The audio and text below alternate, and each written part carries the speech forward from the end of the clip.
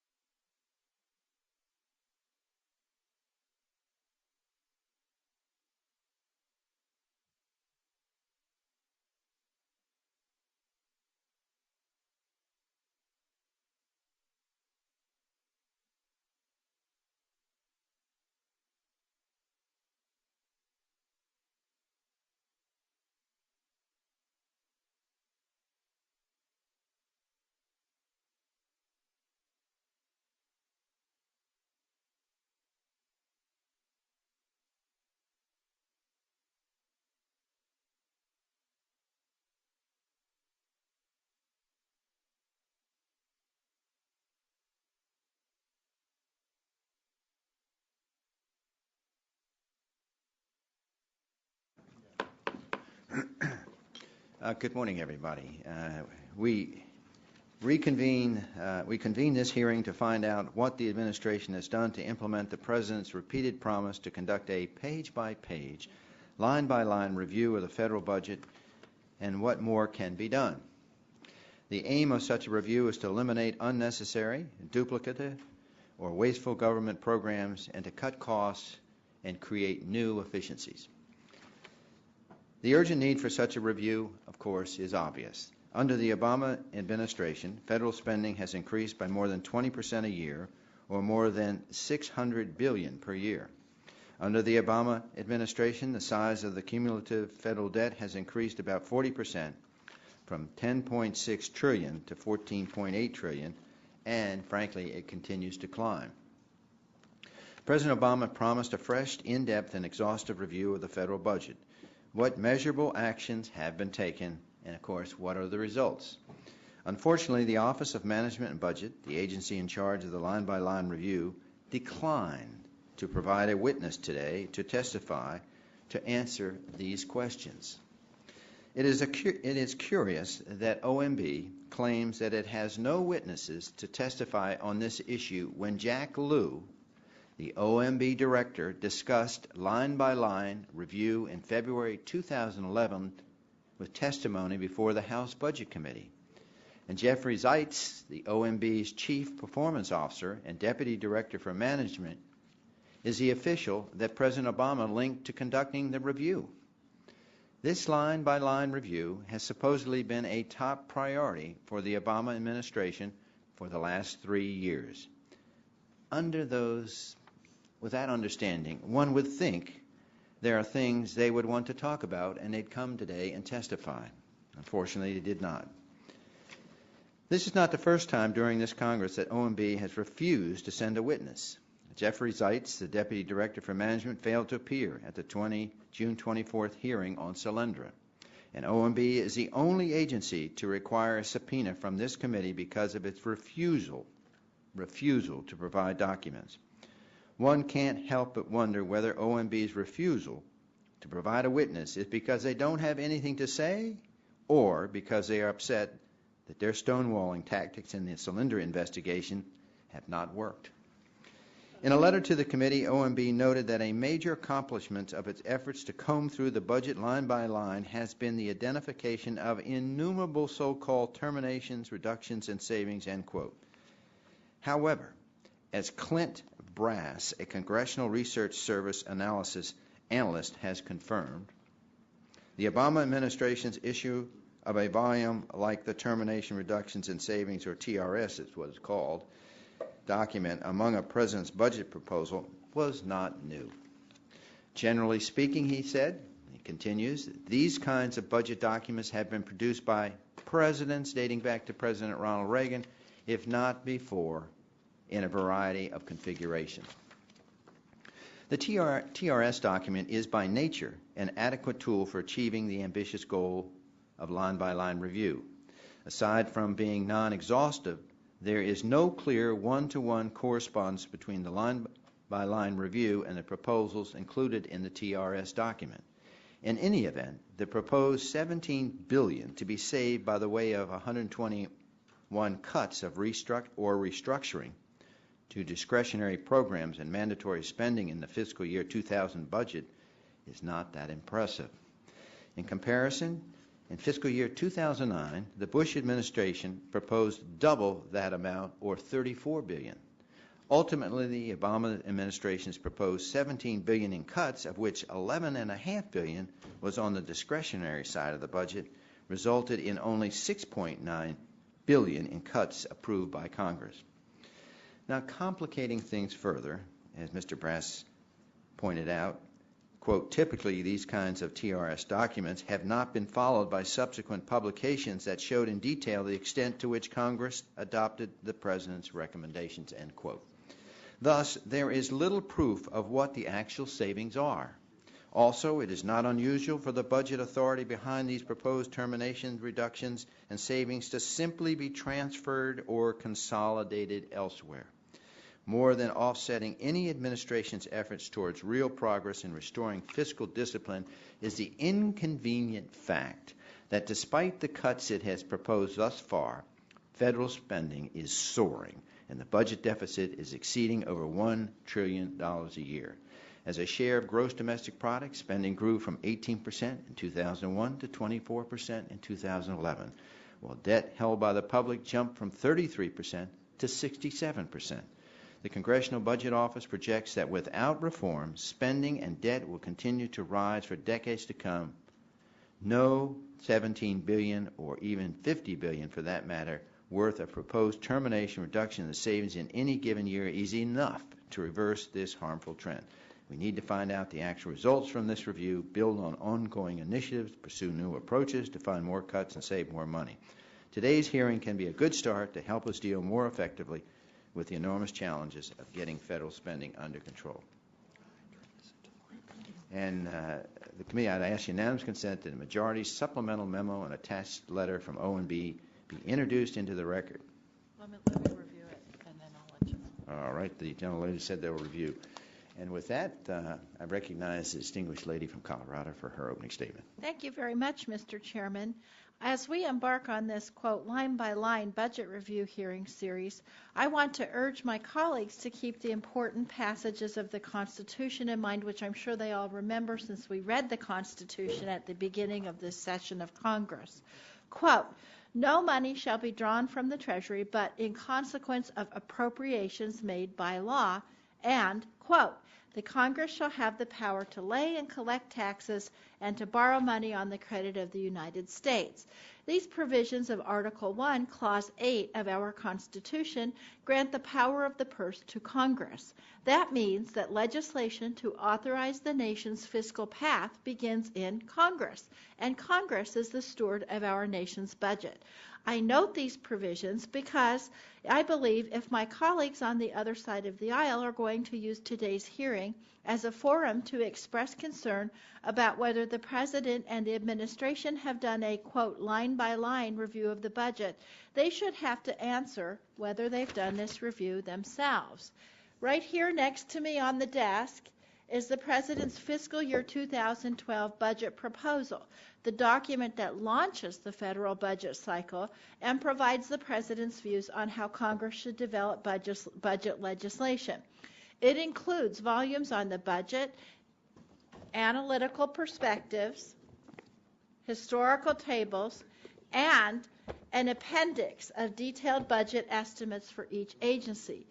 I'd like to ask my colleagues on the other side of the aisle, have you done a line-by-line review of these documents or of Congress's budget? Have you done a line-by-line review of the proposals specifically regarding agencies under this committee's jurisdiction? I'm not asking these questions to suggest that oversight of the budget, particularly the agencies we oversee, is inappropriate. No one can dispute that Congress has a legitimate oversight role with respect to the administration's budgeting process and decisions. Reining in the deficit obviously should be a priority at both ends of Pennsylvania. And I also agree with the chairman that OMB should have sent a witness, and the minority told the administration as much. But the issue is not whether the president or even members of Congress have done a line-by-line review of the budget. Rather, Congress should be taking a close look at substantive questions relating to the budget. We should be asking, are we making appropriate expenditures to promote job creation, biomedical research, and ensure important public health and safety protections for the American public? We should be asking whether we should be cutting the budget for unnecessary wars or duplicative programs.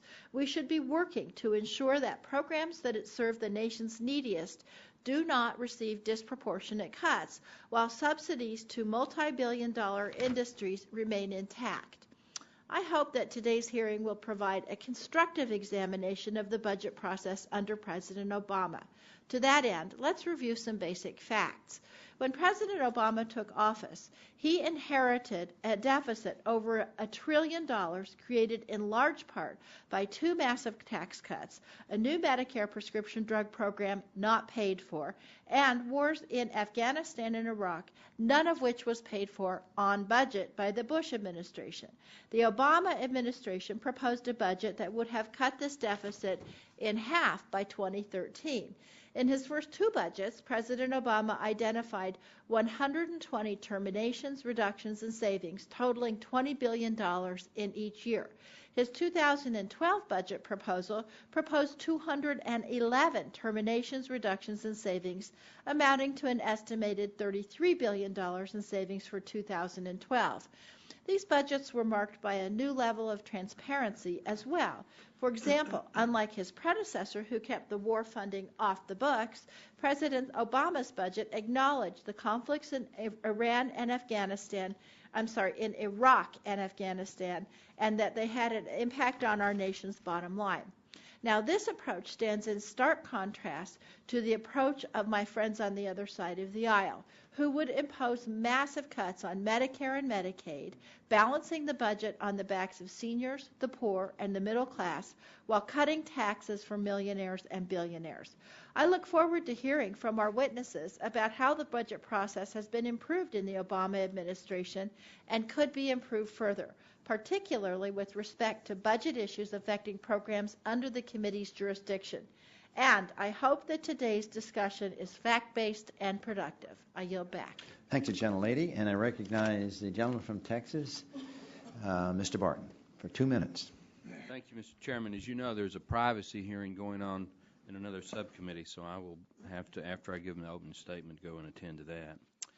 Mr. Chairman, nearly 3 years ago, the then President-elect Obama said, and this is a direct quote, "In these challenging times when we are facing both rising deficits and a sinking economy, budget reform is not an option, it is an imperative. We will go through our federal budget page by page, line by line, eliminating programs we don't need and insisting on those that we do operate in a sensible, cost-effective way," end quote. Well, Mr. Chairman, here we are 3 years and $4 trillion of additional federal debt later, and we still don't have that line-by-line examination. However, House and Senate Democrats, along with the President and his agency administrators, appear to have rejected every effort to truly reform the budget, and as far as I can tell, are spending much more time increasing the financial and regulatory burden on the taxpayers of our nation. Today, I hope that we can begin to uncover what, if anything, the President has done to truly reform our budget and get the nation's fiscal house in order. I want to echo your disappointment, Chairman Stearns, that the Office of Management and Budget could not supply a witness for today's hearing. Perhaps they're too busy meeting with large political donors like those who encourage the investment in the Solyndra loan guarantee to come before the Congress and tell the American people exactly where their tax dollars are going. With that, Mr. Chairman, I yield back. The gentlelady from Tennessee, Ms. Blackburn, is recognized for 2 minutes. Thank you, Mr. Chairman. I also am going to be back and forth with the privacy hearing, but I'm like a lot of our colleagues who had great hope when President Obama stated that he would go through the budget line by line to eliminate wasteful and duplicative government programs. I was further encouraged when he stated in Executive Order 1357-1 that, and I'm quoting, "Government managers must learn from what is working in the private sector and apply these best practices to deliver services better, faster, and at a lower cost," end quote. Unfortunately, while this administration routinely repeats this line, they simultaneously force job creators, innovators, and American taxpayers, hard-working American taxpayers, to the very end of the line, only to pave the way for the golden era of government regulation. Furthermore, I have cause for concern with the President's initiative since the man who oversaw it was Jeffrey Zients, and we heard from him last week on the $500 million Solyndra loan. While Mr. Zients may not be present, it's my hope that we can assist him this morning in carrying out his stated goal on a June 13, 2011 conference call when he said, and I'm quoting, "to crack down on waste, step up oversight, and hold bad actors accountable," end quote. I yield back. Gentlelady yields back, and I recognize the gentleman from Nebraska. Mr. Terry is recognized. Appreciate that. Obviously, I think all of us are united in our effort to reduce the size of government to eliminate overlapping agency responsibilities, therefore wasteful spending, abusive spending, and simply just making sure that taxpayers have confidence that their money is being used wisely and efficiently, which they do not have that confidence today. So this effort could go a long ways in providing people confidence. I'm disappointed that OMB does not have a representative here to show where we could work together, but also, as the gentlelady from Colorado mentioned, if they are proud of their efforts, then I want to hear what successes they've had, and we could help them perhaps achieve them.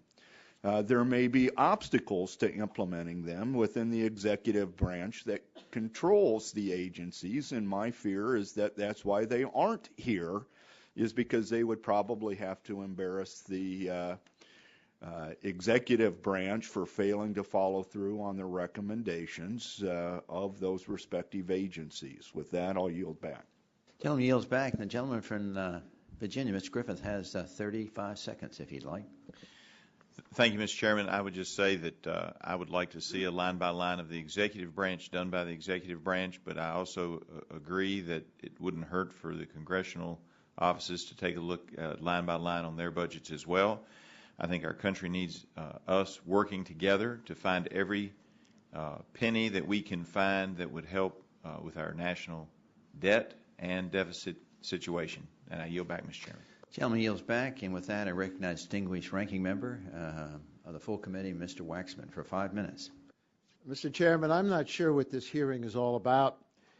If it's about whether the Obama administration has scrutinized the federal budget to eliminate wasteful spending, this is an important hearing, and I support it. But if this hearing is a gotcha hearing to examine whether the administration has actually done a line-by-line review of the federal budget, I reject its premise. There's no question that the Obama administration has carefully examined the federal budget to eliminate wasteful spending. The budget process each year involves close review by each agency of its spending needs. Through its terminations, reductions, and savings review, the Obama administration has recommended cuts in hundreds of programs totaling over $60 billion.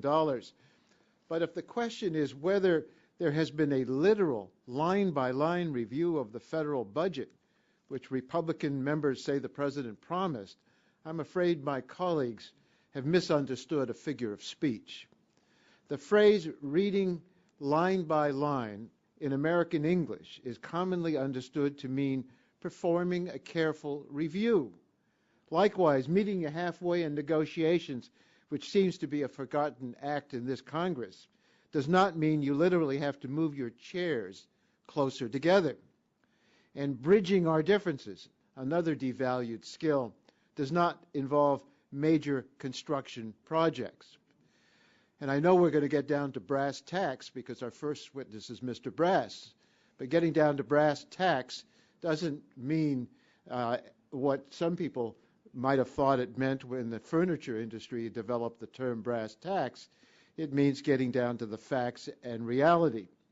Well, these are all figures of speech, and I hope we have not arrived at the absolute bottom of political discourse in which the Oversight Subcommittee is checking to see if the president's figures of speech are literally true.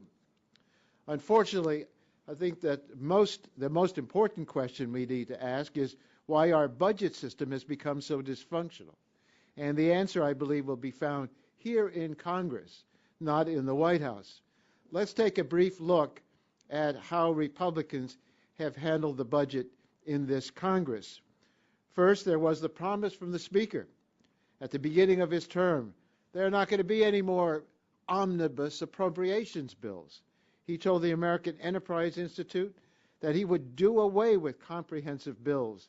At another point, he said that the House would do all separate appropriations bills and that the 2,000-page bills are not in anyone's interest. Yet today, we're operating on the heels of a four-day continuing resolution, which will be followed by a 6-week continuing resolution, which will be followed by an omnibus appropriation, if we're lucky. Then there was the budget ceiling standoff. Every Republican and Democratic economic and financial observer said that this ceiling had to be lifted to preserve the American credit rating and not to rattle the markets.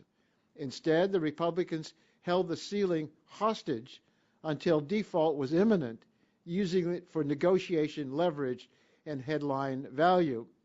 And now there's a supercommittee for members who say they want a line-by-line review of the budget, and for a party that claims it doesn't want omnibus bills because they're too big to review. It seems pretty strange that the supercommittee is the method that has been adopted. This process sweeps past all authorizing committees' consideration and all amendments and input from members of Congress. If it is successful, the supercommittee will create a giant omnibus bill, bigger than any before, and give us perhaps 3 weeks to read it, but not to change it, not even to offer changes to it.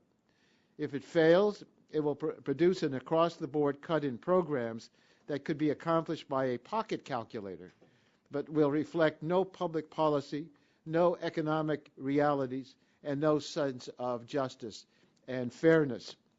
Well, I hope the supercommittee process achieves positive results, but if we're really serious about ensuring sound fiscal policy for our nation, Congress needs to take a long, hard look in the mirror. I believe that examining ways to meet halfway and bridge differences would take us a lot further than examining whether the president did a line-by-line budget review. And I remember a conversation I had with my son when he was quite little, and we had to explain to him that stopping on a dime did not mean we literally stopped for a dime. There are figures of speech and expressions, and I'm pleased now that the Oversight Committee has become the arbiter of whether people are actually stopping on a dime, getting down to brass tacks, literally reading a budget line by line. This is a wonderful exercise. I only wish the cameras were here so that the American people could see what Congress has come to. And I think my time has now expired, so I will yield back. I thank gentlemen. I hope the gentleman will stay for the questions that I'll have. I'm going to actually show the video clip of the president mentioning. Nothing could make me more excited, Mr. Chairman. So if I can do that, I'll certainly try to get back. Yeah, line by line. But otherwise, I'm going to read the testimony line by line very carefully. Okay. Well, you wouldn't want to miss the president mentioning line by line, and you'll clearly understand his intent with this video clip. I ask unanimous consent again from the gentlelady that the majority supplemental memo and attached letter from OMB be introduced into the record. Without objection, the documents will be entered into the record. And with that, Mr. Brass, you are aware that the committee is holding an investigative hearing, and when doing so has had the practice of taking testimony under oath. Do you have any objection to taking testimony under oath? The chair then advises you that under the rules of the House and the rules of the committee, you are entitled to be advised by counsel. Do you desire to be advised by counsel during your testimony today? No, Mr. Chairman. In that case, if please rise and raise your right hand, I will swear you in. Do you swear the testimony that you're about to give is the whole truth and nothing but the truth, so help you God? I do. Thank you, Mr. Brass. Mr. Brass, you're now under oath and subject to the penalties set forth in Title 18, Section 1001 of the United States Code. You may now give your 5-minute opening statement. Please proceed. Thank you. Chairman Stearns, Ranking Member DeGette, members of the subcommittee. Thank you for the invitation to testify today. The subcommittee requested that CRS discuss the Obama administration's line-by-line budget review and what it appears to entail. The subcommittee also requested that CRS identify some policy options that Congress might consider in this context. The CRS written statement goes into these subjects in detail, so I will provide some highlights. At the outset, several caveats arguably are necessary. It should be noted, for example, that formulation of the President's budget largely occurs outside of public view. The Office of Management and Budget, OMB, closely manages this process to prevent so-called pre-decisional information from leaving the executive branch. As a consequence, it is frequently not possible to make definitive statements about a process like this one. Even with qualifications like these, analysis suggests that the line-by-line review appears to be closely related to the annual development of the President's budget proposals.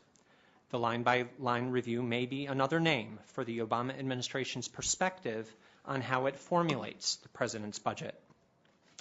The first mention of this topic appeared during the 2008 presidential campaign and subsequent transition.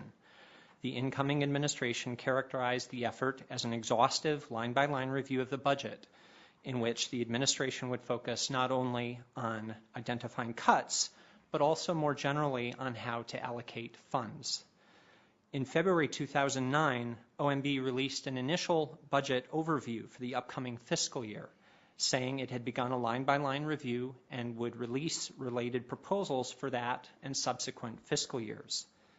In May 2009, the administration issued a document that included selected proposals for, quote, terminations, reductions, and savings, unquote. The Obama administration's issuance of a volume like this among a president's budget proposals was not new. Presidents dating back to President Ronald Reagan, if not before, have occasionally produced similar documents.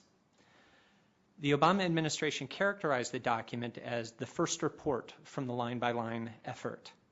On the same day, OMB released a more comprehensive budget appendix with account-by-account budget proposals. Agencies also submitted to Congress their much more detailed budget justifications. In subsequent years, the Obama administration released similar sets of documents. In these documents, representations that an administration makes about the performance of a program may provide information that not all observers would necessarily perceive to be complete or fair.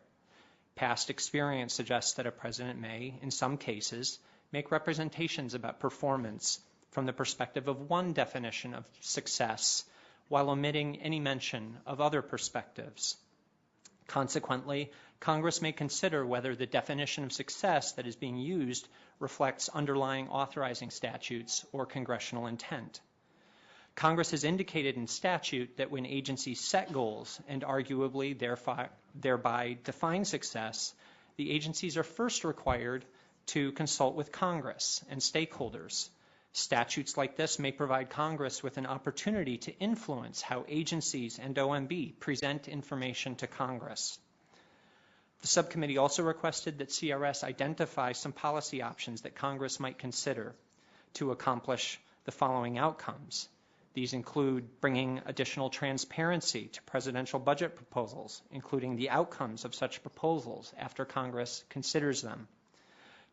Options to bring enhanced credibility to representations that an administration may make regarding an agency's or program's performance, and options to bring more effective engagement between Congress and agencies on topics like these. The CRS written statement mentions a few options, and CRS takes no position on whether changes from the status quo are advisable. However, some potential advantages and disadvantages might be explored if options were of further interest. In the meantime, I would be happy to answer any questions you may have. Thank you. Mr. Brass, thank you. I'd like to lead off with my questions, but before I do, I would like to play the following video clip, if I could. I want to go line by line through every item in the federal budget and eliminate programs that don't work and make sure that those that do work better and cheaper. I'll ask my new team to think anew and act anew to meet our new challenge. We are going to go through our federal budget, as I promised during the campaign, page by page, line by line, eliminating those programs we don't need and insisting that those that we do need operate in a sensible, cost-effective way. That's why I've charged the Office of Management and Budget, led by Peter Ortzag and Rob Neighbors, who are standing behind me today, with going through the budget, program by program, item by item, line by line, looking for areas where we can save taxpayer dollars. Well, I think it's clear from that video, contrary to what Mr. Waxman indicated, the President indicated he's going page by page, line by line, item by item, program by program. So it's unfortunate Mr. Waxman's not here that to show that he meant, the president, that is, meant literally to go that way. Well, the chairman yelled. You know the president didn't go through the budget line by line? Well, it appears that Mr. Waxman was trying to indicate the president did not have to go line by line. Well, do we know if he did or didn't? Well, you should ask Mr. Waxman. Why? Well, Mr. Waxman's making the charge. Mr. Brass, let me ask you the question, just to put it on the record. Did the president issue an executive order after he took office directing the executive branch to undertake a line-by-line analysis of the federal budget? No, Mr. Chairman. He did not. He did not issue an executive order. That's correct. Did OMB issue a specific directive to this effect? That is unknown, not in public form. There may be internal guidance that may have gone out to agencies or OMB examiners, but from what is publicly available, I've seen no such document. So I think the basic fact is the president, we saw from the video, has talked about line by line, item by item, program by program, page by page. Yet you're telling us this morning the president did not issue an executive order to the office to undertake a line-by-line analysis, so that's a little disconcerting. Other than the video clips that you saw moments ago, is there anything that you have come across in your research and analysis that defines or better explains what a line-by-line review of the budget entails?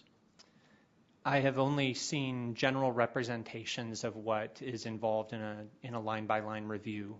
When I initially saw it, I wasn't sure what it meant to review something line by line in budget jargon.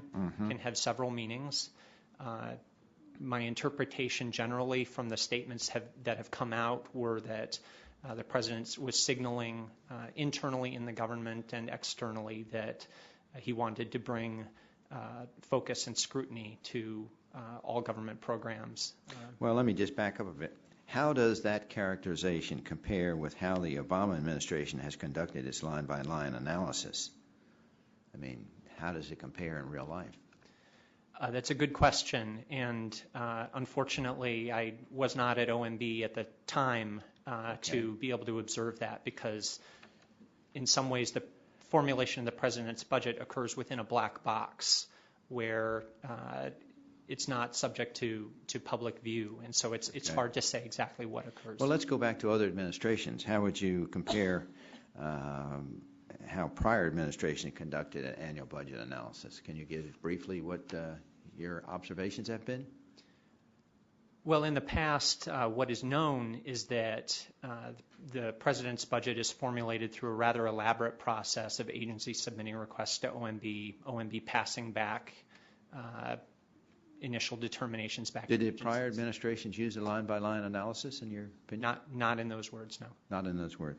In your review of the Obama administration's line-by-line review, did you find any example of decision-making taking place that was based on evidence-based analyses? I saw references to evidence-based analyses and citations to program evaluations and that sort of thing. And so there have been some instances, yes, where the administration has said proposals were based on evidence. Did they result in actual cuts being made, in your opinion? I have not examined empirically, item by item, whether they were ultimately adopted. Forget the word empirically. Are there any cuts made that you can see? I have not examined that. So what I have focused, that gets at the transparency issue to some extent. So you're saying if there were, you can't tell them, and if they're not, you still can't tell them. I should preface that by saying I could tell if I spent a lot of time looking at it, but it's difficult to find time to go through a document. Do you think the average person could, if they took the time, could find the cuts? I don't know if I'm the average person or not, but I could not easily find whether cuts were made. Is it possible there were no cuts? I doubt that, but... That's a possibility. Let me ask you this. Are there different ways to conduct an exhaustive line-by-line review beyond what occurs in the annual budget process? And what are they? Certainly. You can have special processes that go on parallel to the budget process. In past administrations, you had what was called, for example, under the Jimmy Carter administration, zero-based budgeting, which was an effort to assume that nothing would continue, where agencies would have to justify everything in their budget all over again. So, yeah, many techniques and approaches are possible. I thank the gentleman and recognize the ranking member, Mr. Gett.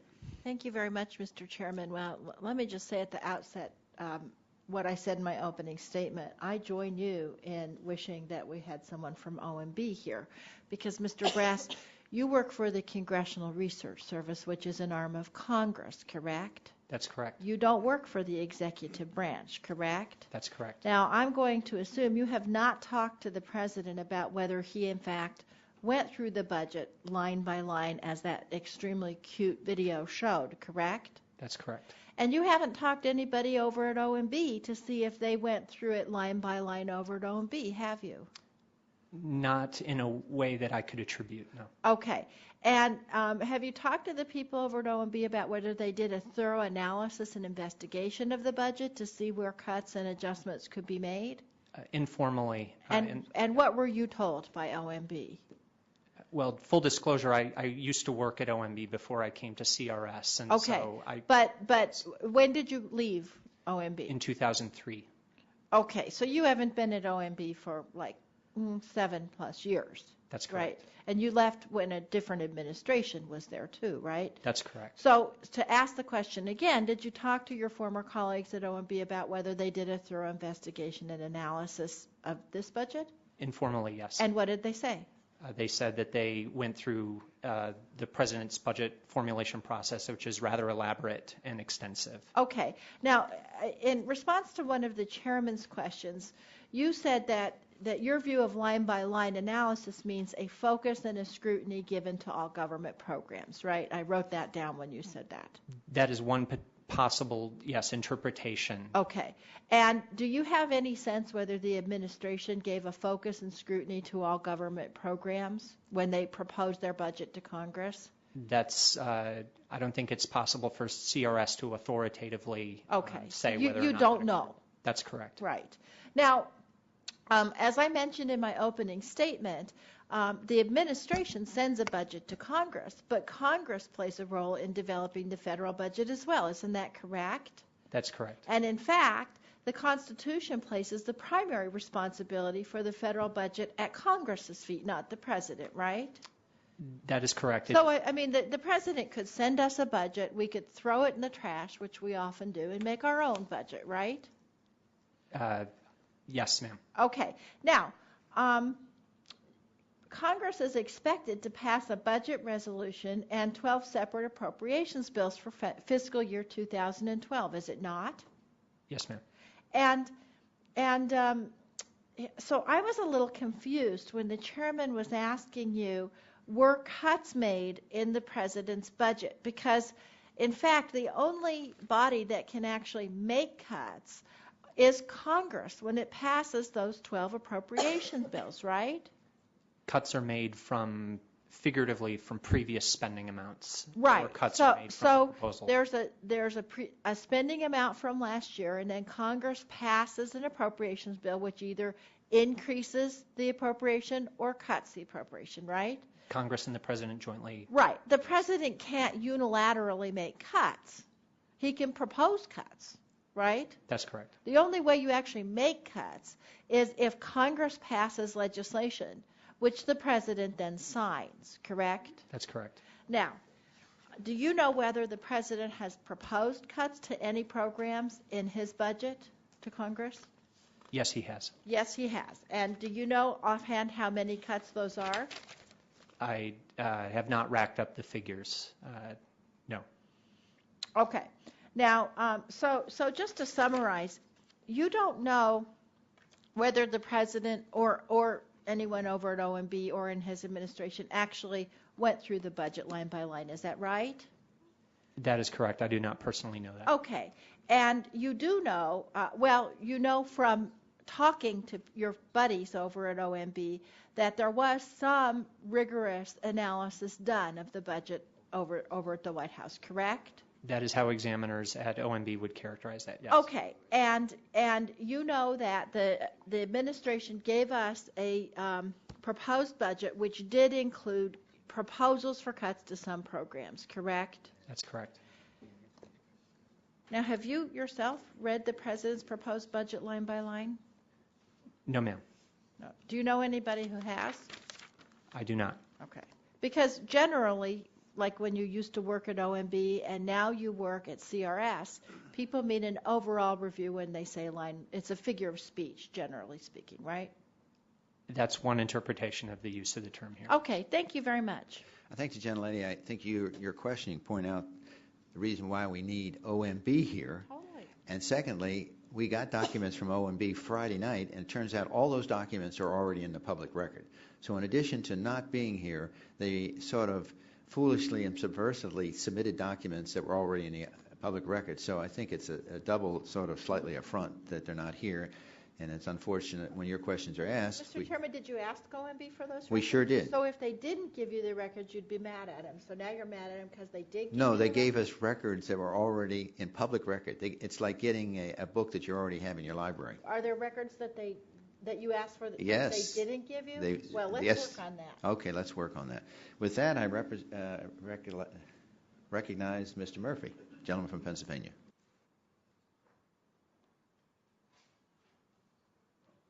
He's not here. Mr. Griffith's recognized for 5 minutes. Thank you, Mr. Chairman. You say the president has proposed some cuts to the budget, but overall the budget's going up, so they've had more increases in their proposals than they had decreases. Is that not correct? I don't know. I don't cover that, the budgetary aggregates at CRS, but I'd be happy to get folks in touch with you or your office on that question. Okay. I do more kind of budget process, program evaluation, the role of agencies and OMB and the president in the budget process, focusing less on what empirically occurs year to year. You would agree that in the clips that we saw, the president made it clear that he was going to do a careful analysis of what was going on in the budget. In your area is the budget process. Have you seen any signs that the president has made any recommendations to Congress in ways that we could make the budget process more transparent for the American public? Yes, they have put out this TRS volume, this termination reductions and savings volume. It's not required by law.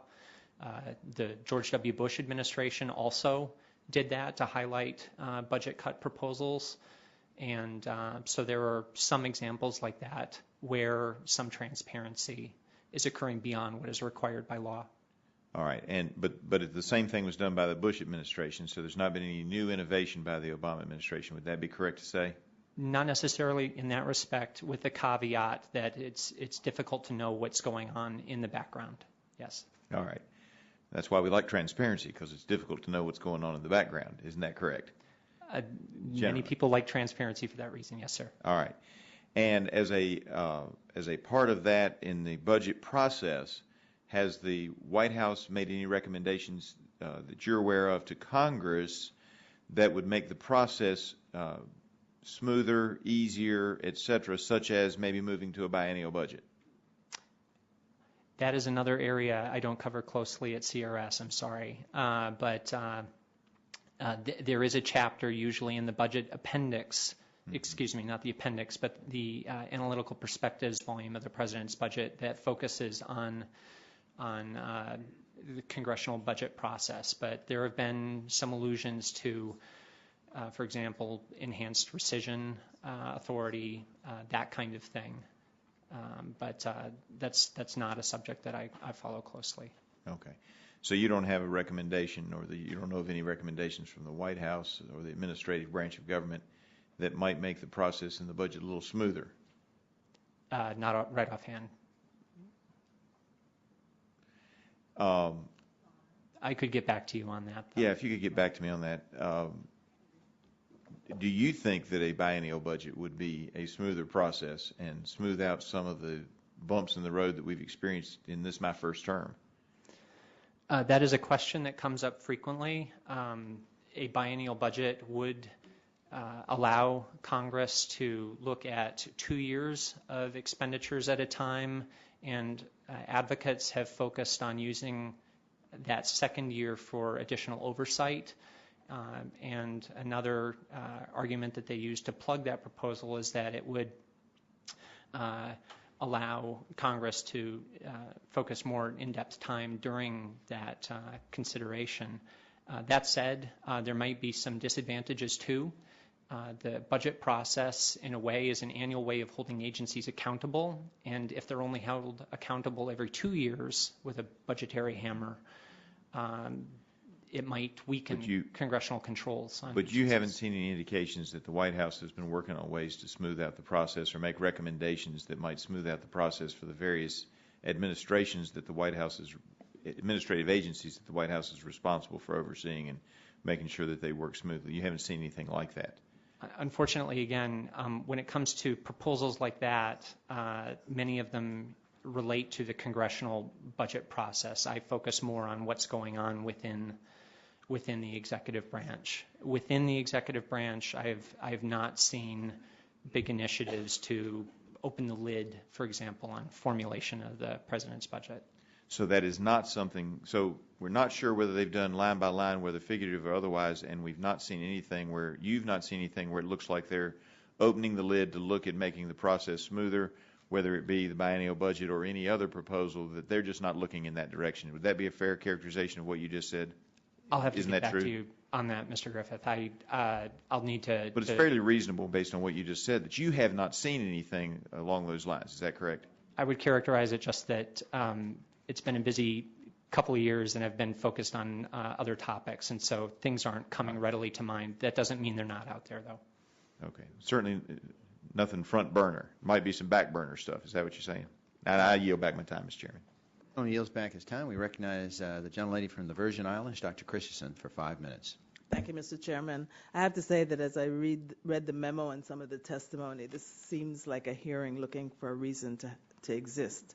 And I have to agree also with Chairman Waxman, Ranking Member Waxman, that seasoned members who admittedly rarely read budget bills can't be taking that line-by-line statement literally.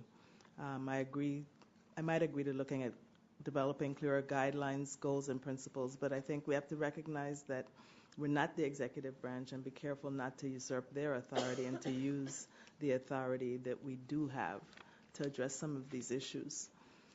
My questions, let me preface my questions by saying some of my Republican colleagues on the subcommittee appear to be calling into question whether the Obama administration has done a thoughtful review of budget issues. In their September 15, 2011 letters to OMB and other agencies, Chairman Stearns and Chairman Upton cited a statement by the White House press secretary that the president had not gone line by line through omnibus spending legislation as a concession that raises questions about fiscal discipline in the administration. In order to best understand the attention the administration has paid to budget issues, I think it would be helpful to walk through the process involved in preparing the president's budget. So, Mr. Brass, it is my understanding that government agencies, one of my favorites, say the National Institutes of Health, begin the development of their budgets far before the beginning of the fiscal year. Is that correct? That is correct. And I also understand that agencies like NIH prepare a first draft and then submit them for review to the department of which they are part, in this case, HHS. Is that correct? That's correct. And do all agency proposals make it through the departmental review, to the best of your knowledge? No, they do not. Okay. And then departments prepare their budgets for review by the Office of Management and Budget. Is that part of the process? That is correct. Do all departmental proposals make it through the OMB process? They do not. In fact, OMB tells departments what proposals it will support and which ones it will discard in a document that's usually known as the OMB Passbook. Is that correct? Passback, correct. Passback. As a matter of fact, I remember going to the White House and when we were doing the health care reform bill, and we had several issues that we wanted the president to consider. This is an aside. And the president actually said to me, well, I'm not going to support anything that doesn't work. So I've seen some of this process in action. But let me go on with my questions. I also understand that cabinet members get one last chance to propose an item for the budget in a process that is an appeal to the president and the OMB director in a process that's called appeals. Is that a part of the process as well? Yes, it is. So do all cabinet members' appeals get granted? No, they do not. Okay. Is this the procedure, is this procedure meaning the agency proposes to the department proposes to OMB, the OMB passes back a decision, the secretary appeals to the president, and final decisions are made? Is this procedure used by both Democratic, and has it been used by both Democratic and Republican administrations? Yes, it is. It's a long-standing practice. To the best of your knowledge, when this procedure is being followed, does anyone review the entire federal budget line by line?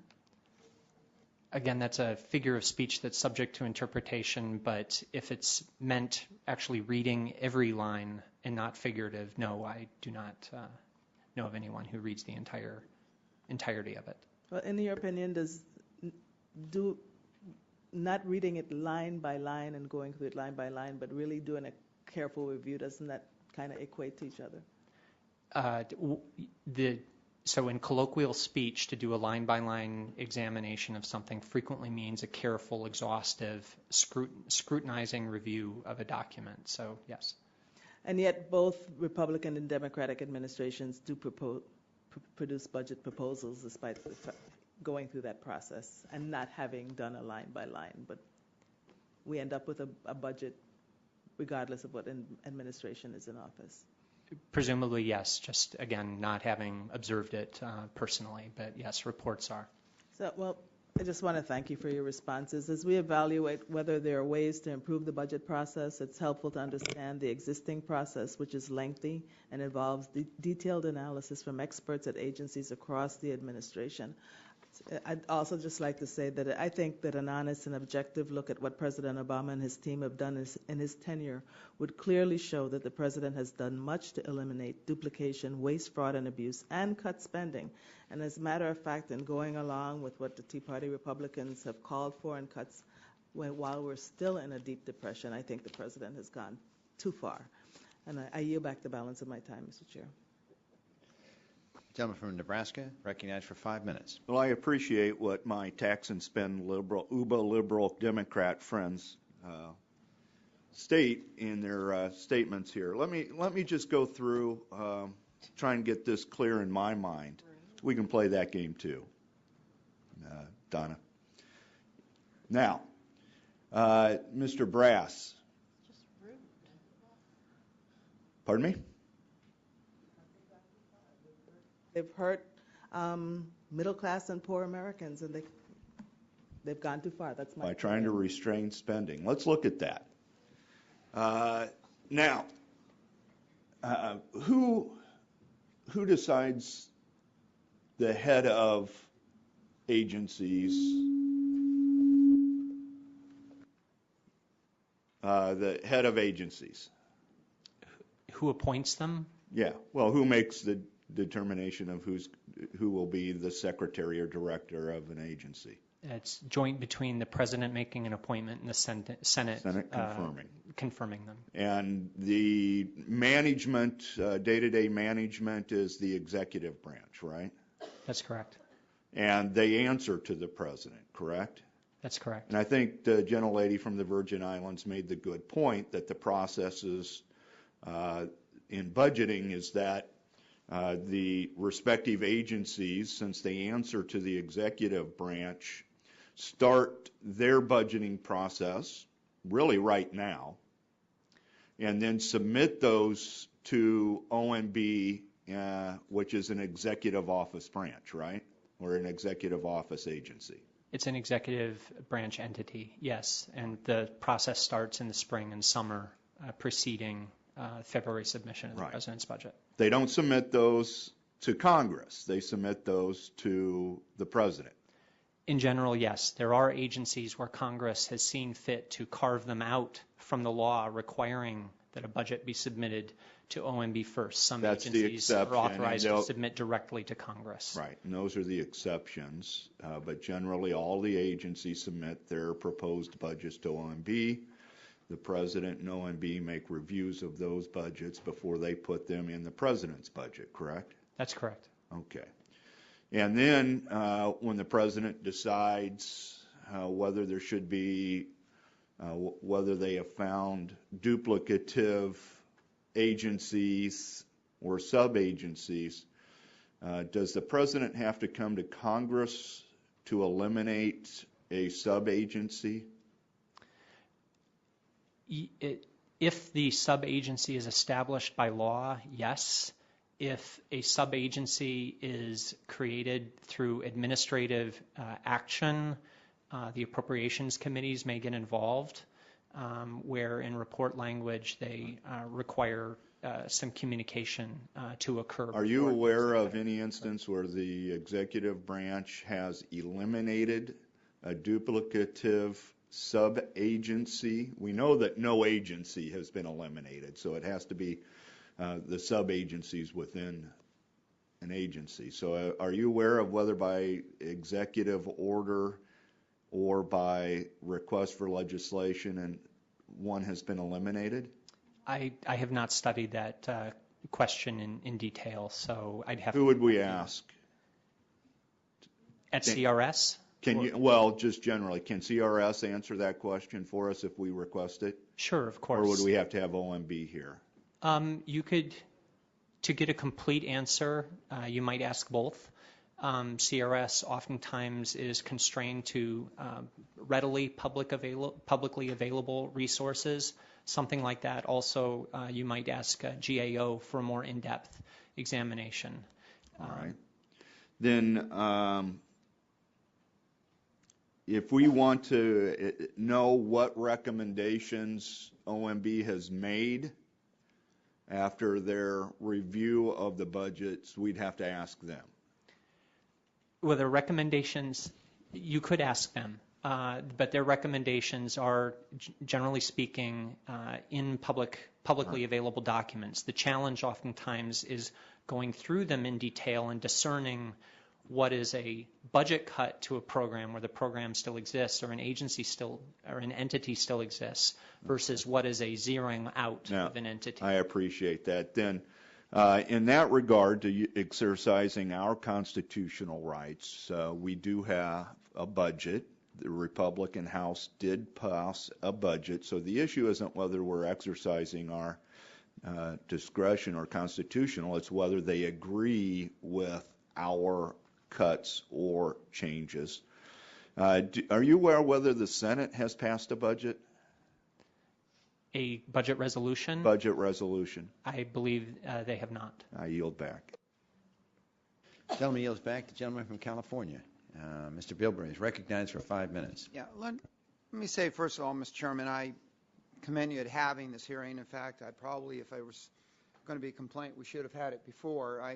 Any member that thinks that this is a meeting, a hearing without a problem, needs to take a look at 43% deficit running up. We're 43% underwater. There's not a city, a county, or a state in this country that would think that 43% underwater is viable. Mr. Brassey, you know can we name off just what city, maybe Philadelphia, what can we find somebody that's 43% annually underwater? I don't cover that area. I'm sure it's... Okay, let me assure you, in California, which has one of the worst economic downturns in the entire country, I mean, we have unemployment over 12%. We don't have that. And so, I just think that we got to recognize there is a reason to have this hearing that should have been held before.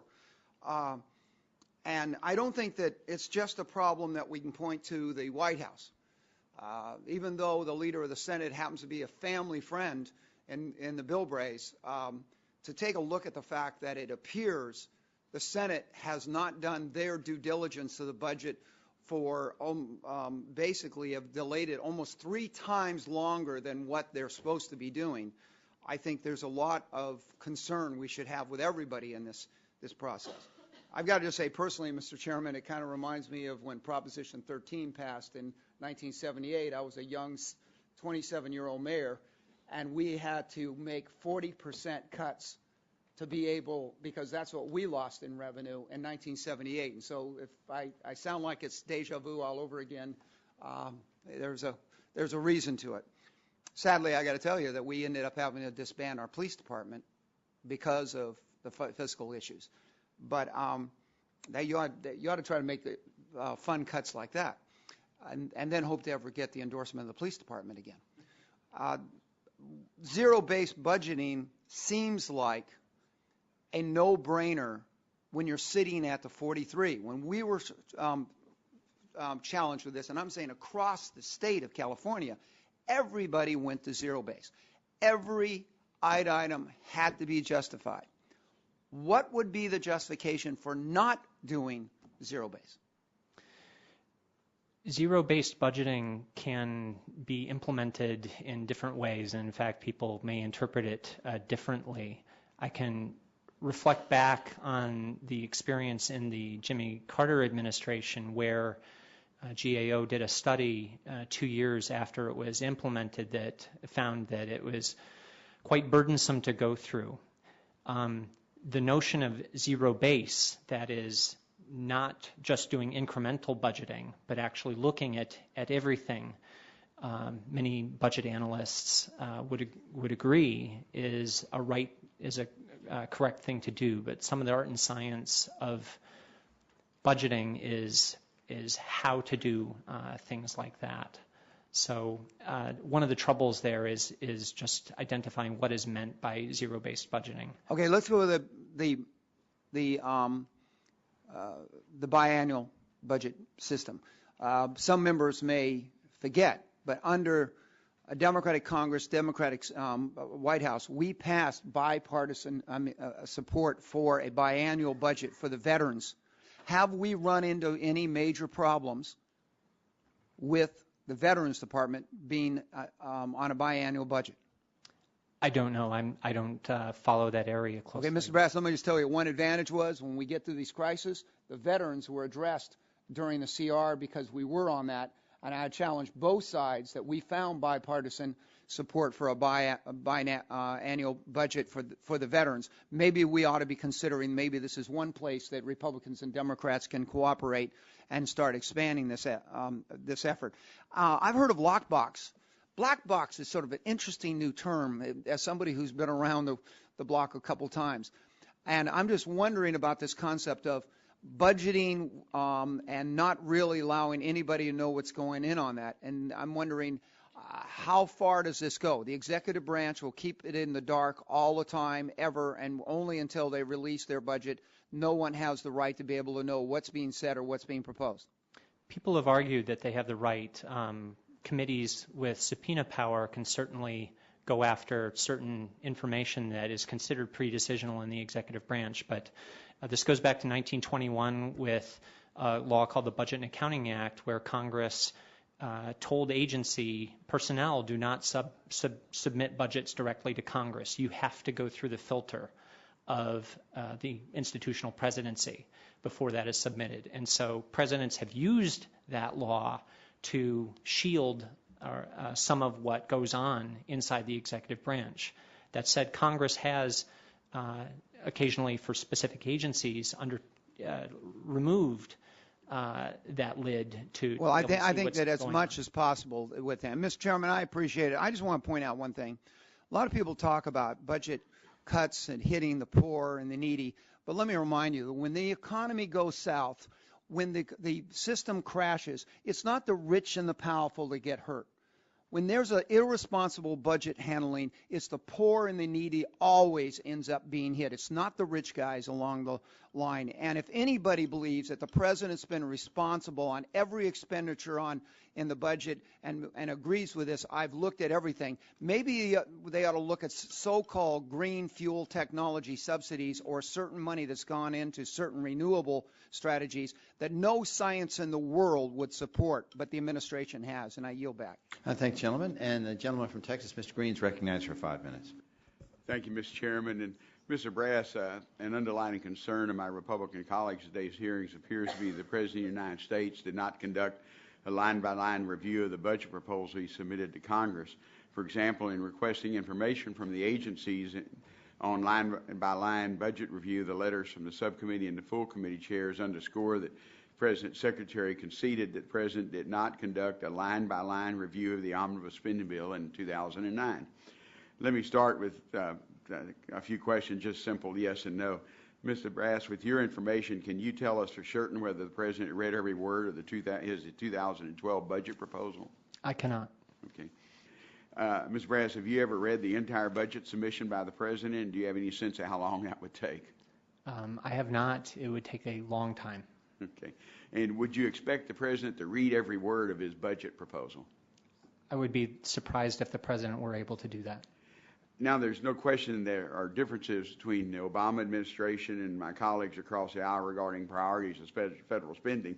I'm concerned, however, that the series of hearings or subcommittees launching today is serving more as a forum for airing grievances about the Obama administration's policy priorities rather than a meaningful attempt to improve the budget review process. And I think all of us want to improve the process. Mr. Brass, do you believe that a line-by-line reading of the federal budget is likely to lead to dramatic changes to federal programs like turning Medicare into a voucher program? Or are those sorts of discussions more likely to be made in the context of high-level policy decisions? I would say that hinges on how one defines a line-by-line review. If line-by-line review is interpreted as an exhaustive examination of the budget and fiscal policy more generally, then major policy changes could be proposed coming out of that. Okay, but it's still a line by line. Those is only the basic part you have to do. You have to understand the budget before you then come back and say, okay, these are some of the policy decisions we may need. And those policy differences would be obviously party differences, regional differences, and lots of different differences that could get there. Mr. Brass, I think it's appropriate for Congress to examine whether the cuts and priorities reflected in the President's budget or proposal are fair and wise. I'm not convinced, however, that reiterating demands for the President to conduct a line-by-line budget review is the most productive means on carrying out this goal. Maybe in Congress we ought to require line-by-line review of the budget from our side, one of the branches of government. And I'll close by, Mr. Chairman, I had served in the legislature a number of years, and I had a state house member who had served many, many years before me. And he said when he was first elected, his first term, he read every bill that was introduced into the state legislature. His second term, he realized that was impossible because he was reading bills that would never see the light of day. He tried to read all the ones in his committee. And by the time his third term came around, he tried to read the ones he's introduced. So, sometimes reading it, it's more the comprehension than it is just reading a line. It's actually comprehending what it is. And I appreciate the time, Mr. Chairman. Thanks, gentlemen. And since you have a minute and 40 seconds left, I might have a colloquy with you. Oh, I'd love to. You weren't here when we showed the video of the President in which he said he was going to go not only line by line, he said he was going to go page by page, item by item, program by program. So then we thought, well, let's go back and see what the OMB Director, Jack Lew, said in his testimony before the House Budget Committee on February 15th, 2011. This is the exact quote from him. Each year since entering office, President Obama has asked his administration to go line by line through the budget to identify programs that are outdated, ineffective, and duplicative. So I just submit to the gentleman, this doesn't sound like he thinks it was just a figure of speech, and I think in all deference to you and your side, you're trying to interpret this that the President didn't mean to go line by line, but it appears from what he said and from what his OMB Director said that he actually wanted to go, and that was his intent, at least to say. If I could reclaim my time, Sure. Since you're the chair and you can have all the time you want. No. And I agree, but the President has an Office of Management and Budget who has staff that can do that. And I would Which hope is Jack not just Lew. Jack Lew, that they would have staff who could do that and look at it. But I think the big issue is that we need to look at the policy decisions, whether it be the President makes, whether it's this President makes or previous or the next President. That's our issue.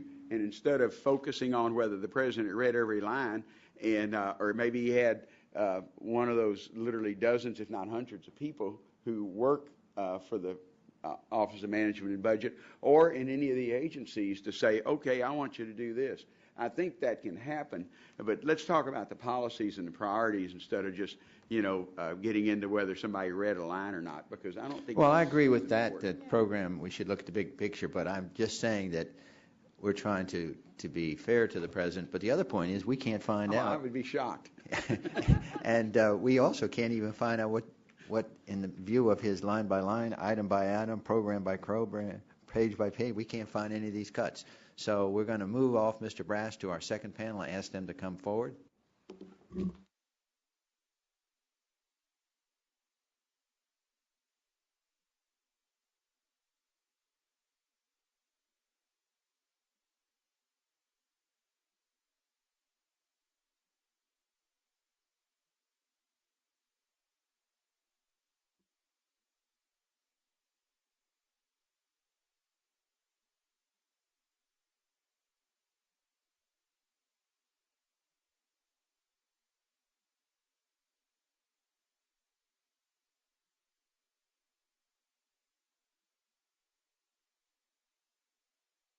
Let me, while they're setting up here, panel 2 is Thomas Schwartz, President. Schatz, President of Citizens Against Government Waste. Mr. Kudson, Patrick Kudson, Grover M. Herman Senior Fellow in Federal Budgetary Affairs, the Heritage Foundation.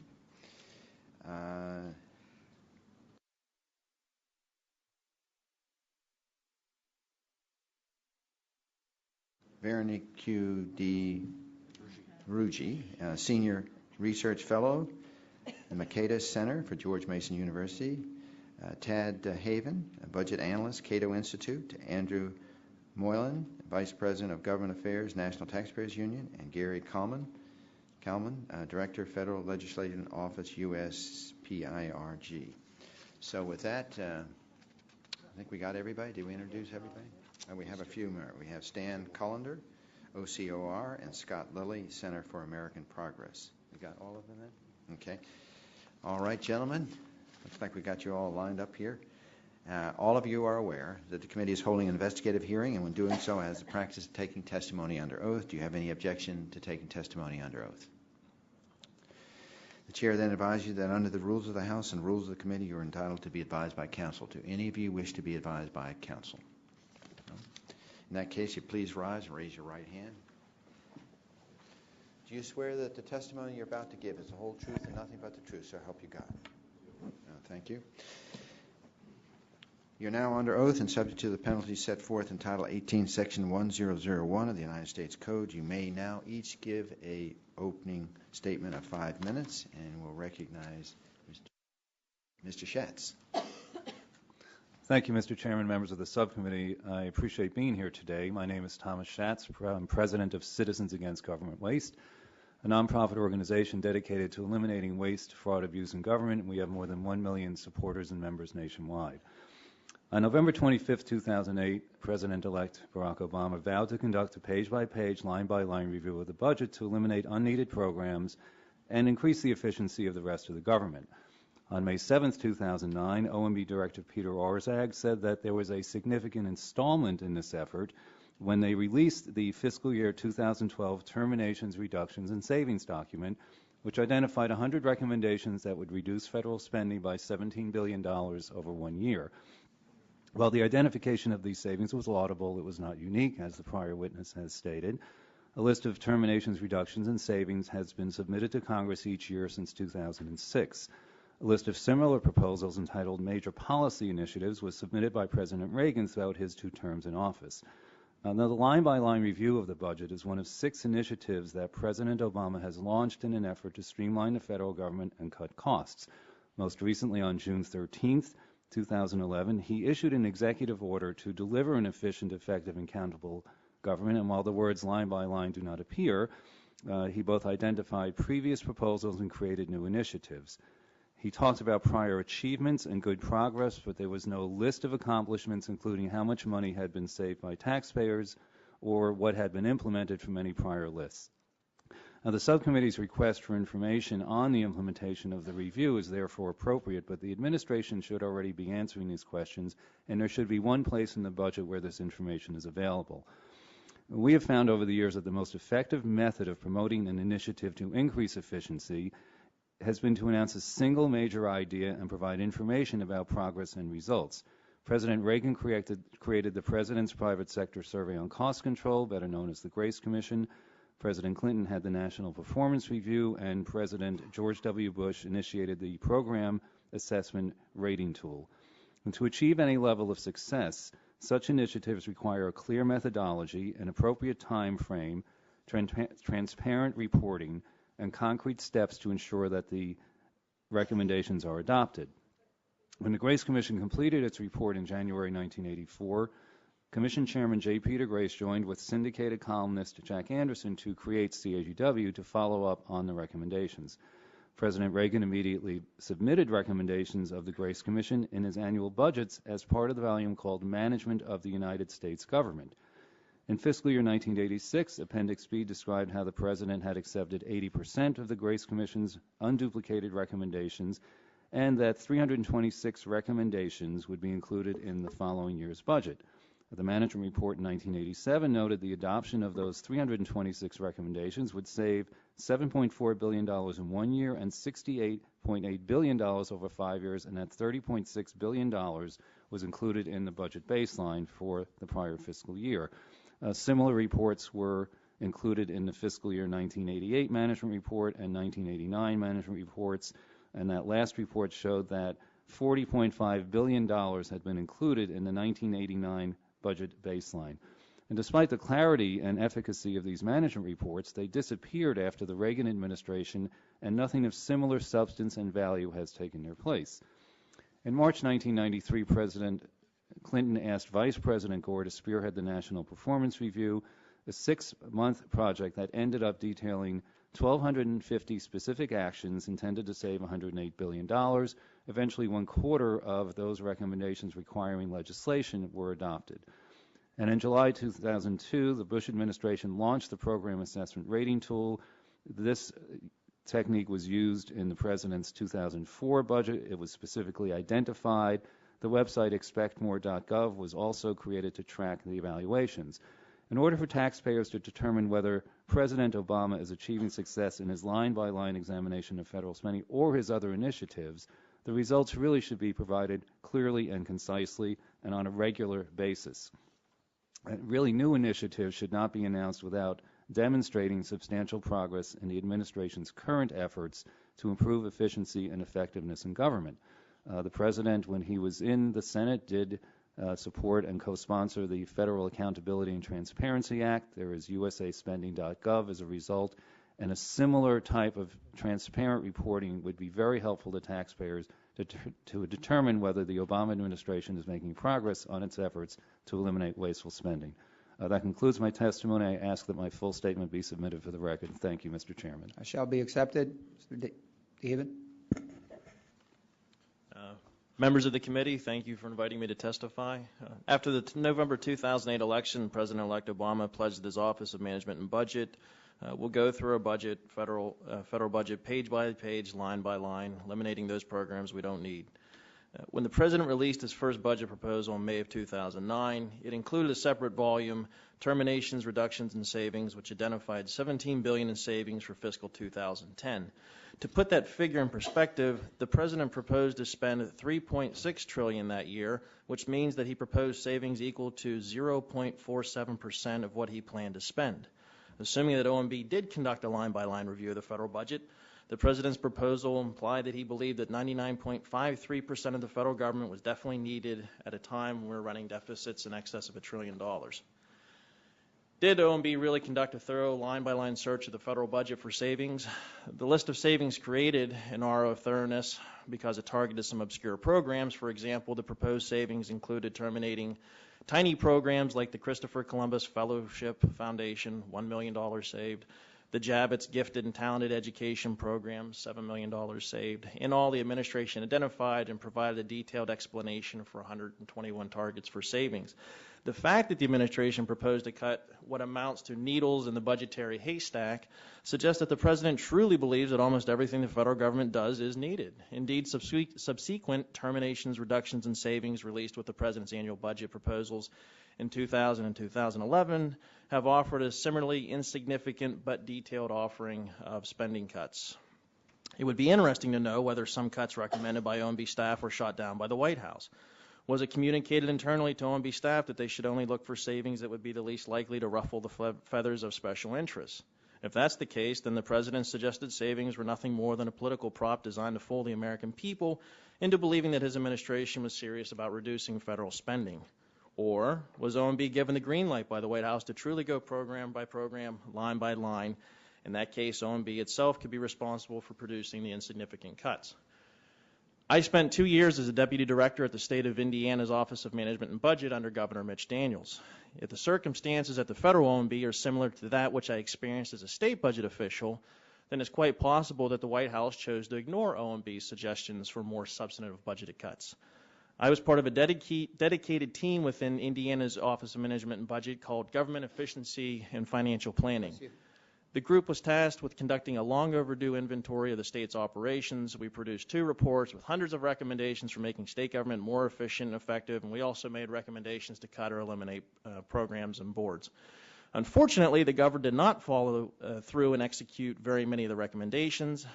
I also suspect his political advisors also dissuaded him from ordering action. In fact, the advisors were so worried about the potential political fallout from aggrieved special interests over the recommendations contained in the second GEF report that it was intentionally released when the media wasn't paying attention. They needn't have worried because those interests who might have had cause for concern already saw that the first report was barely acted upon. The governor's advisors typically sided with turf-protecting department heads, and they did little to support GEFP. The reason was simple. The perceived political cost of pursuing our recommendations usually exceeded the perceived political benefit.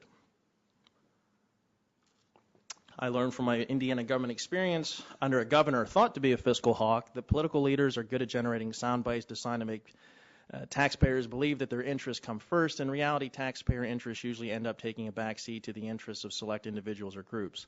I also learned that a failure to back up sound bites with a follow-through action only serves to embolden special interests. Cato has publicly challenged the president on his pledge to go through our federal budget page by page, line by line, eliminating those programs we don't need. Attached to my written testimony is a copy of a full-page ad that Cato ran in major newspapers. We suggested 10 areas to target for cutting that would result in substantial savings, and the suggestions were arrived at based on Cato's own page-by-page, line-by-line review. You can see the results of our review at www.downsizinggovernment.org. We've posted essays laying out the case for terminating hundreds of agencies and programs, and it's worth noting that we've been able to cover all that budgetary terrain through the efforts of a very limited number of people. Lastly, it's important to note that the administration's inability or unwillingness to recognize that more than just 0.5% of the federal budget is unneeded is not a partisan affliction. President Obama inherited a federal budget that had massively expanded under the previous Republican administration of George W. Bush.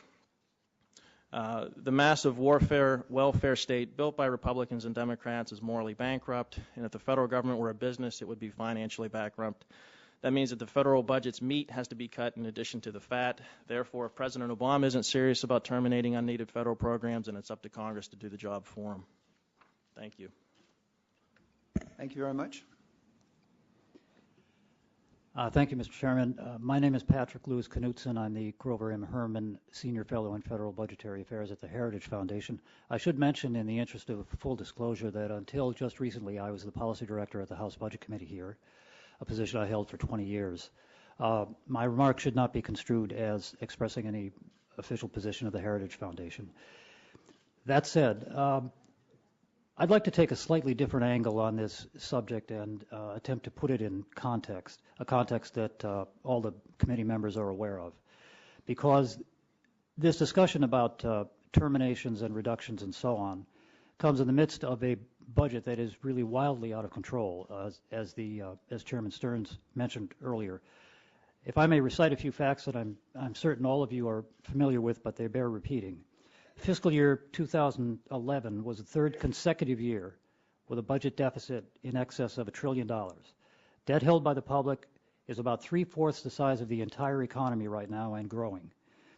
It can't be said often enough that 3 entitlement programs, Medicare, Medicaid, and Social Security, are in the process of swallowing up the entire budget. All 3 are growing more rapidly than the economy, more rapidly than inflation, and those of you who wish to protect these programs need to be aware of that because they cannot be sustained at that level. They'll collapse of their own weight. By 2050, those three programs alone will absorb all the tax revenue the government collects if historical patterns hold. That means you will be borrowing every year for such other interesting activities as defending the country. Now, in this vein, the administration's discretionary terminations and reductions amount to less than 2% of the cap in the Budget Control Act. They're barely more than 1% of the projected deficit for 2012, and they're only about 0.5% of projected total spending in 2012. All of that is just context setting, and I say that not to dismiss the discussion that's going on here today or the practice of submitting terminations and reductions and so on, but simply to recognize that this is the bare minimum of what administrations and Congresses need to be looking at. You should be able to adopt these kinds of proposals on an annual basis just as a starting point to get this fiscal situation under control, because the things I just described represent a crisis. I believe there's no exaggeration in saying that. Now, that said, there are a number of tools that the President and Congress do already have and could use to get spending under control. The President does have a veto. President Bush was criticized for not using vetoes of spending bills often enough, and that criticism may have been fair. It could be leveled at President Obama as well. As far as I know, he has vetoed one appropriations bill, and that was because it didn't spend enough. Congress also can apply spending caps, and right now you are facing a cap in the Budget Control Act. I would urge you most strenuously to stick with it and, if possible, reduce spending even below that level. Because remember, the savings you're talking about under that cap are savings from a baseline that inflates every year. So they're really just savings from an illusion of projected spending. Excuse me. Other items you could look at are unauthorized appropriations. Every year, the Congressional Budget Office submits a report of appropriations that have lost their authorizations or whose authorizations are to expire by the end of that fiscal year. This year's report identified $42 billion worth of non-defense programs whose authorizations were to run out on September 30th. To my knowledge, all those programs have still been financed in the continuing resolution. You could easily make a rule that any program that loses its authorization does not get funded anymore, and then you would have to justify restoring the program. That, it seems to me, is a more valuable approach than having to justify cutting a program. There are other recommendations in my written testimony that I would invite you to look at. What I would conclude by saying is, from time to time in my years at the Budget Committee, I would hear members complain that they spent all their time on the budget. I have two responses, and if you did the things I'm recommending, you would be spending even more time on the budget. But I have two responses to that complaint. The first is, if you believe, as I do, that budgeting truly is governing, then budgeting is an exercise of your fundamental responsibilities, and I would think you'd relish the opportunity.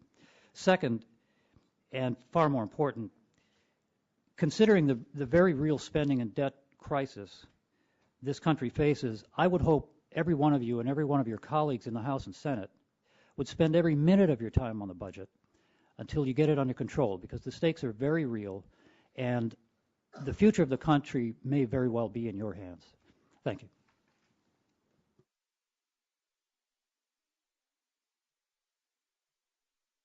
Right? Can you hear me? Yeah. Chairman Stern, Ranking Member DeJette, and members of the subcommittee. Thank you for the opportunity to testify today about President's promise to review the federal budget line by line and eliminate program we don't need. My name is Véronique de Rugy. I'm a senior research fellow at the Mercator Center at George Mason University, where I study tax and budget issues. The goal to conduct an exhaustive review of the federal budget and seek to eliminate wasteful spending is not only worthy of presidential and congressional attention, it should actually be your highest priority, and taxpayers too. It's hard to overestimate the harm caused by the current congressional spending pattern and the economic damage caused by the misallocation of capital and the creation of perverse incentives. However, While the idea of putting an end to wasteful spending makes for great speeches and interesting headlines, waste as defined by the President is only a small portion of the overall wasted taxpayers' dollars. Depending on your point of view, concepts like waste or even inefficient spending mean something different to each member of Congress, each taxpayer, and the President.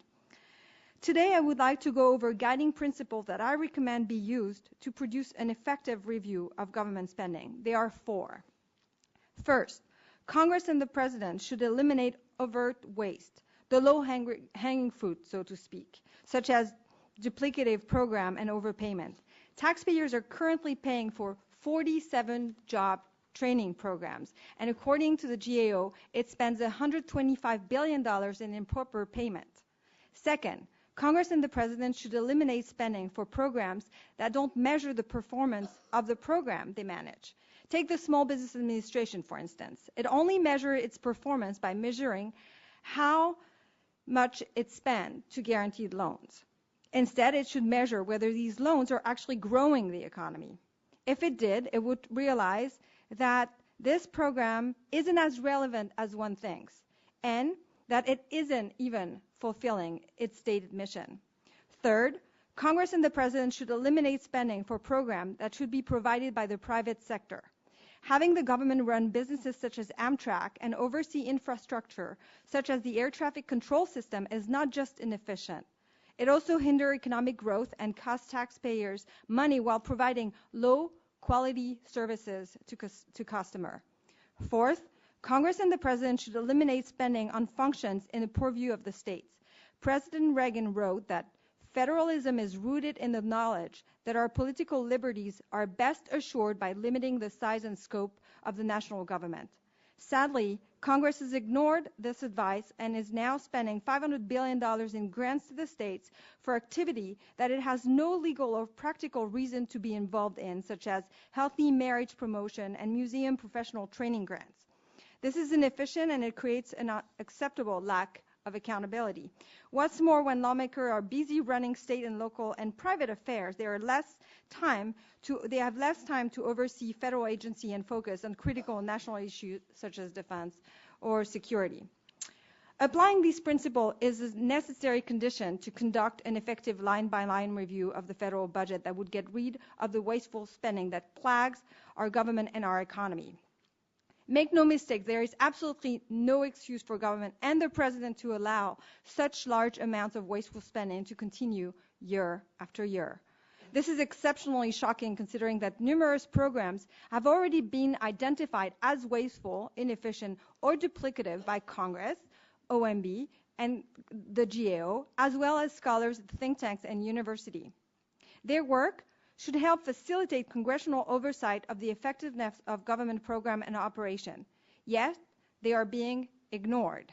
So obviously, there are a lot of questions still unanswered about how to enforce this principle and how to actually achieve real budget cut. I mean, I don't really know what this budget process is if in the end, programs that have been identified as wasteful are still getting money and are being funded.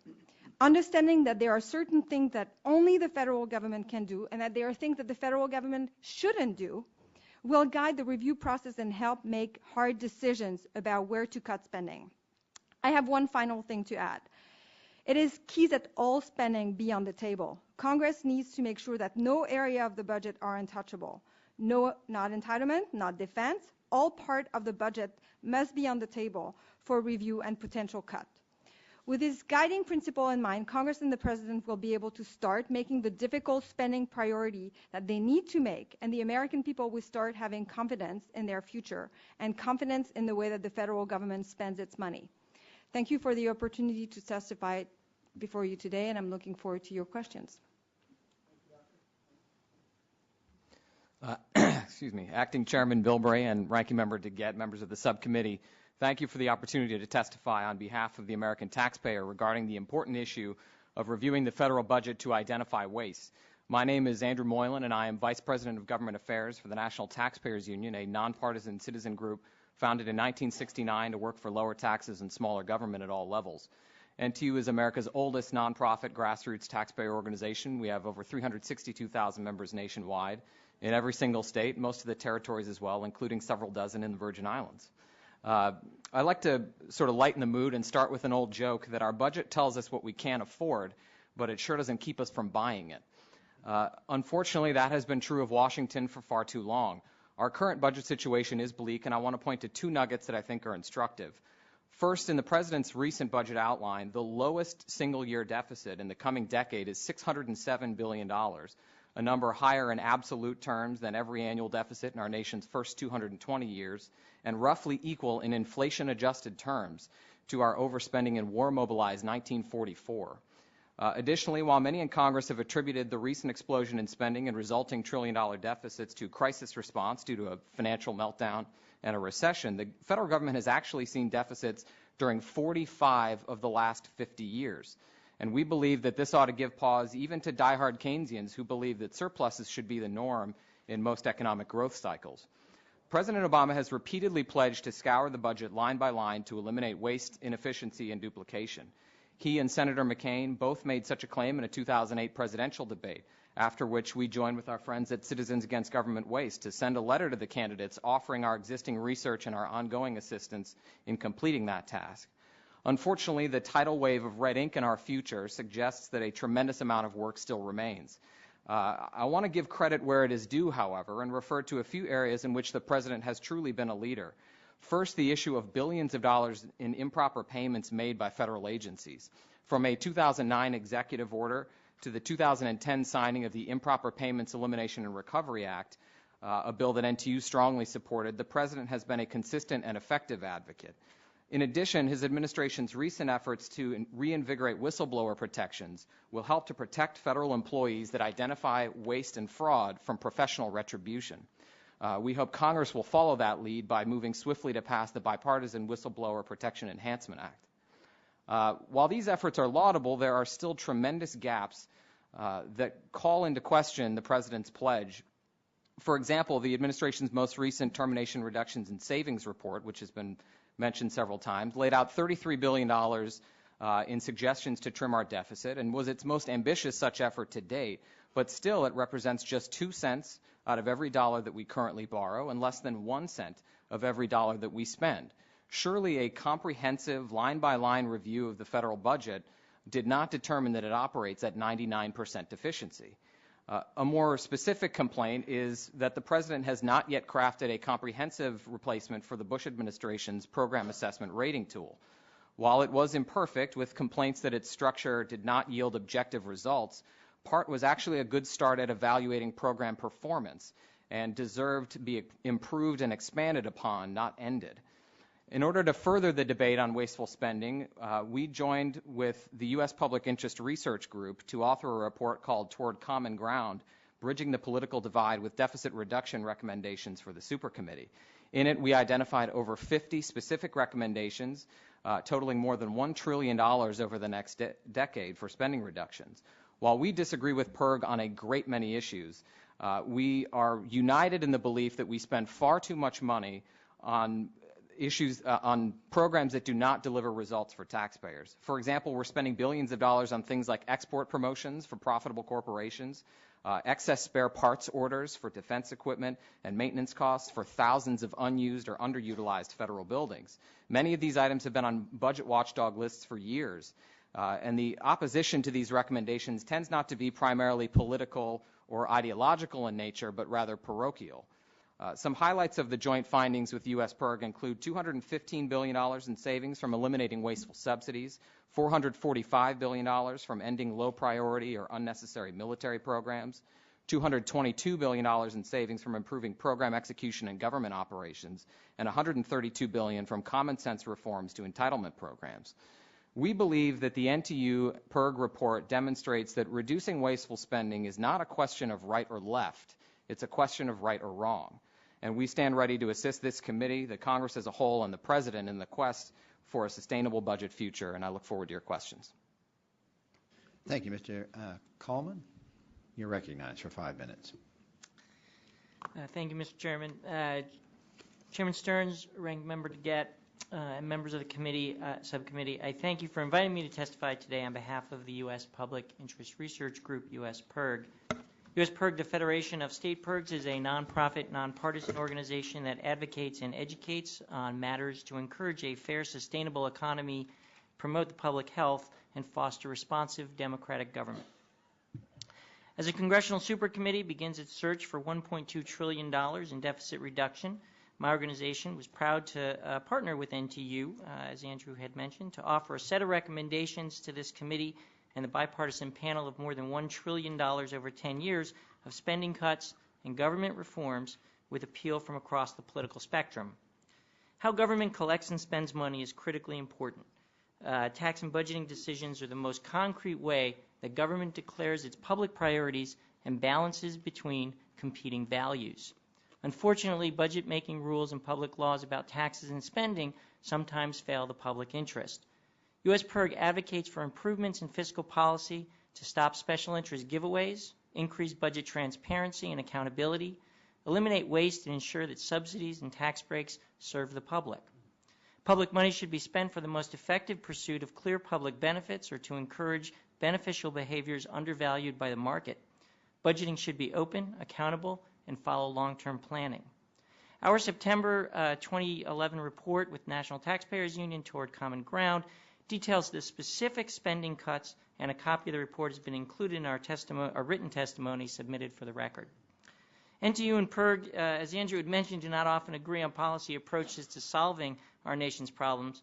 On recent high-profile debates around health care reform and oversight of the financial markets, the two groups proposed and advocated very different solutions. Even on a number of tax and budget issues, we often disagree. Here, we successfully identified federal programs that both Republican and Democratic lawmakers should recognize as wasteful and inefficient uses of taxpayer dollars. In calling for this hearing, the committee asked about, quote, identification of characteristics of federal programs suggestive of waste, fraud, and abuse. U.S. PIRG's approach to the spending cuts is guided by 4 principles. We cite these principles as an appropriate lens through which deficit reductions can be judged. 1. Oppose subsidies that provide incentives to companies that do harm to the public interest or do more harm than good. An example here is funding for biomass research and development. Large-scale agricultural production of corn and other crops used for biomass can accelerate problems caused by deforestation and compete with food production, raising prices globally. 2. Oppose subsidies to mature, profitable industries that don't need the incentive. These companies would engage in activity regardless of the taxpayer support. We would include in this category subsidies for dairy management, which among other things pays pizza chains to make and market extra cheesy pizza. Companies like Domino's have both the incentive and the resources to develop their own products to meet consumer tastes without taxpayer handouts. 3, we would support reforms to make government more efficient, and here examples include requiring the Department of Defense and the Veterans Administration to jointly purchase prescription drugs, saving more than $6 billion over 10 years. And finally, 4, oppose subsidies where there is authoritative consensus to do so. By this we mean strong independent agreement across the political spectrum and that a program is wasteful, or the agency or department itself receiving the funding has argued against it. Within Secretary Gates' recommended cuts, he included the Expeditionary Fighting Vehicle. The Secretary of the Navy and the Commandant of the Marine Corps both agreed with the Defense Secretary's proposal. These recommendations are specific, targeted, and name individual programs for reductions and elimination. We are long past the time for general references and rhetorical calls for attacking nameless and faceless programs that contain, quote, waste, fraud, and abuse. This is a precise reason that U.S. PIRG does not support across... Mr. Coleman, I need you to summarize, if you could.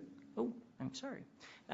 We're just going to say that the precise reason we don't support across-the-board cuts is just that they don't differentiate between genuine waste and inefficiencies in the system. We believe that there are good programs. They need to be separated out from the waste that we identified in the report. And I thank the gentleman. Mr. Collender, recognized for 5 minutes. Thank you, Mr. Chairman. My testimony today is my own personal view on the subject of the hearing. My comments absolutely are mine and mine alone. A few very brief words of personal introduction. I'm generally thought of as a deficit hawk. I get criticized from both the far right for being too left and by the left for being far too right. I actually take a great deal of comfort in this. I'm pleased that when it comes to the federal budget, I'm considered a centrist and rational. My budget background is also decidedly bipartisan. I proudly worked for 3 Democratic members of the House of Representatives and the Democratic staffs of the House and Senate Budget Committees when I was much younger. But I was also the first speaker at the first meeting of the House Tea Party Caucus held on February 28th of this year.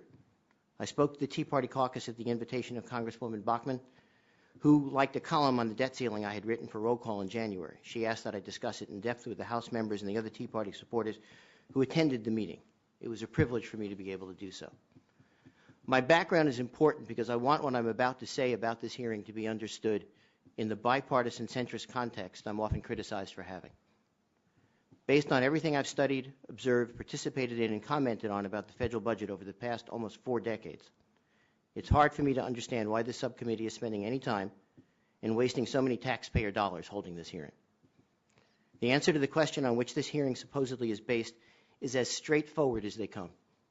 Of course, the Obama administration has done and continues to do a line item, but line by line, program by program review of the budget. There's simply no reason for the subcommittee to think otherwise. A line by line review is standard when every White House puts its budget together. But it's especially the case in a year like this when spending cuts are the main course on the federal budget menu.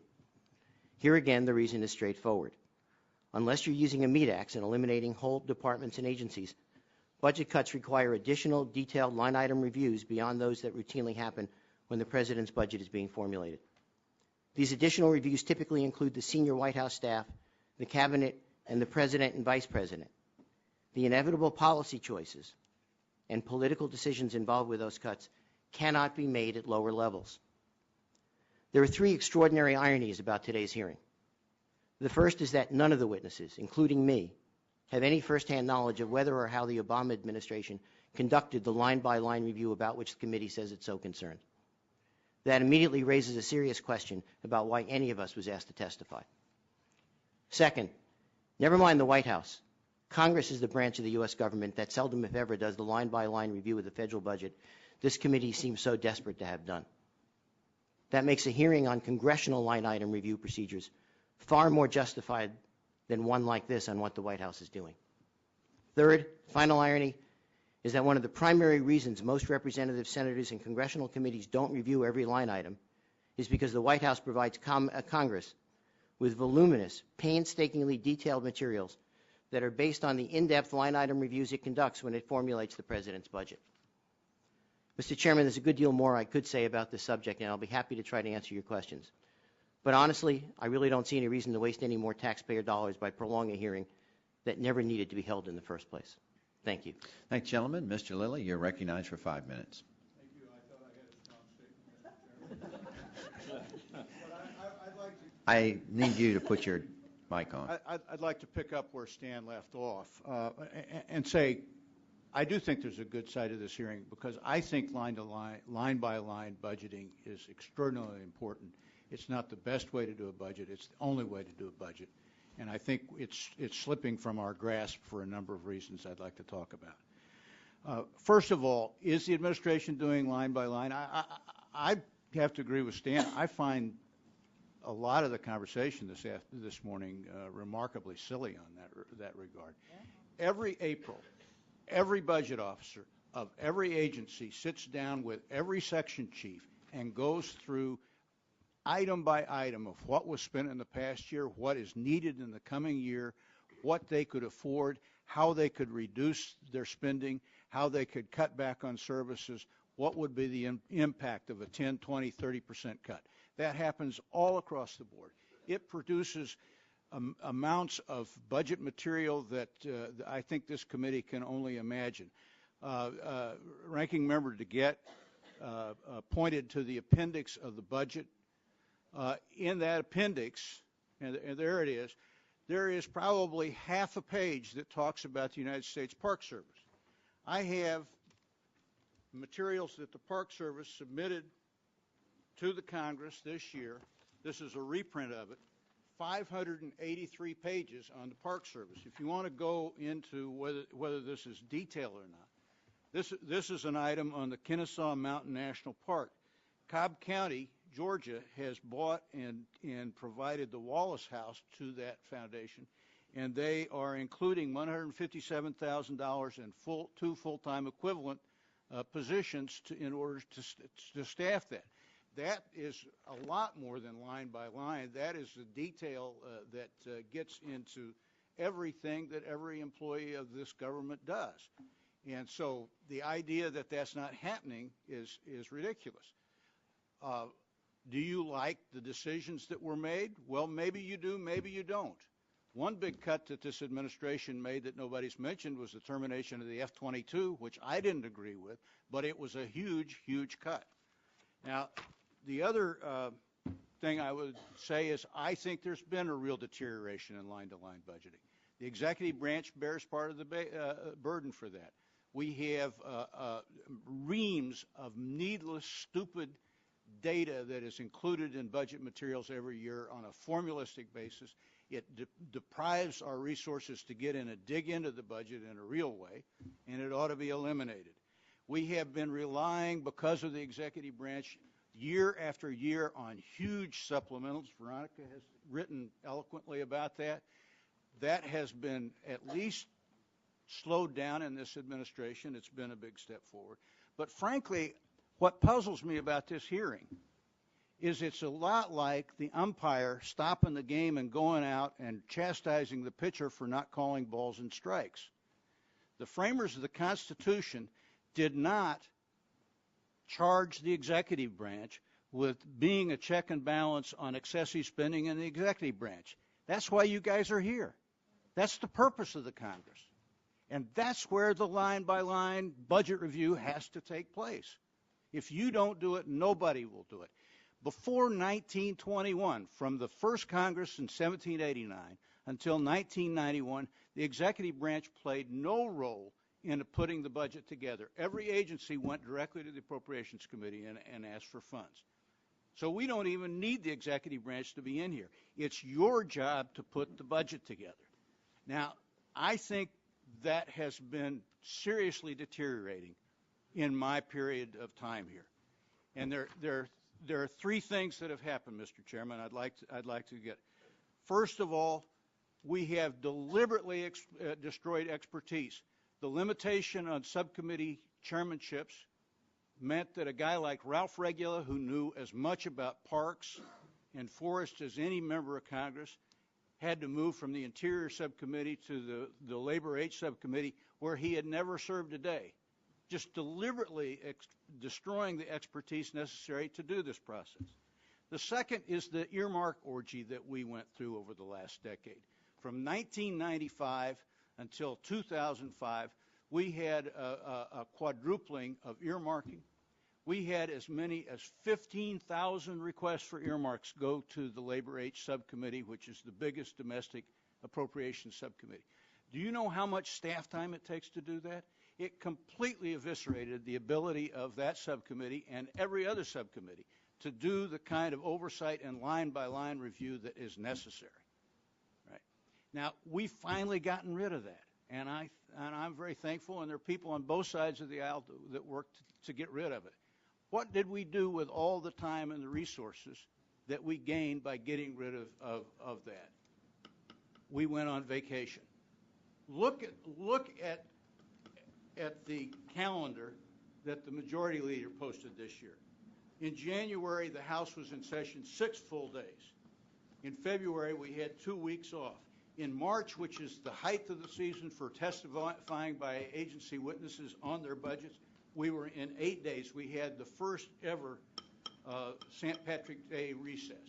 The same thing is true of April, May, and June when the Mr. Lilly, I just need you to sum up. Yeah, I think you're the silliness right now. Okay, let's just have you sum up. You're a minute and a quarter over. I would just simply say this. Line-by-line budgeting is hard work. It's the work of the Congress. The Congress has to be here to do it. It has to organize the resources. It needs to be tough with the executive branch in demanding the information that's necessary. But that's not been happening for more than a decade. Thank you, and I thank the gentleman. Mr. Chairman, I would respectfully ask that the members of this committee at least be civil to the witnesses who have been given up their day to come here. And I think I agree with you. Now that we have finished with our opening statements, I'll start with my line of questioning.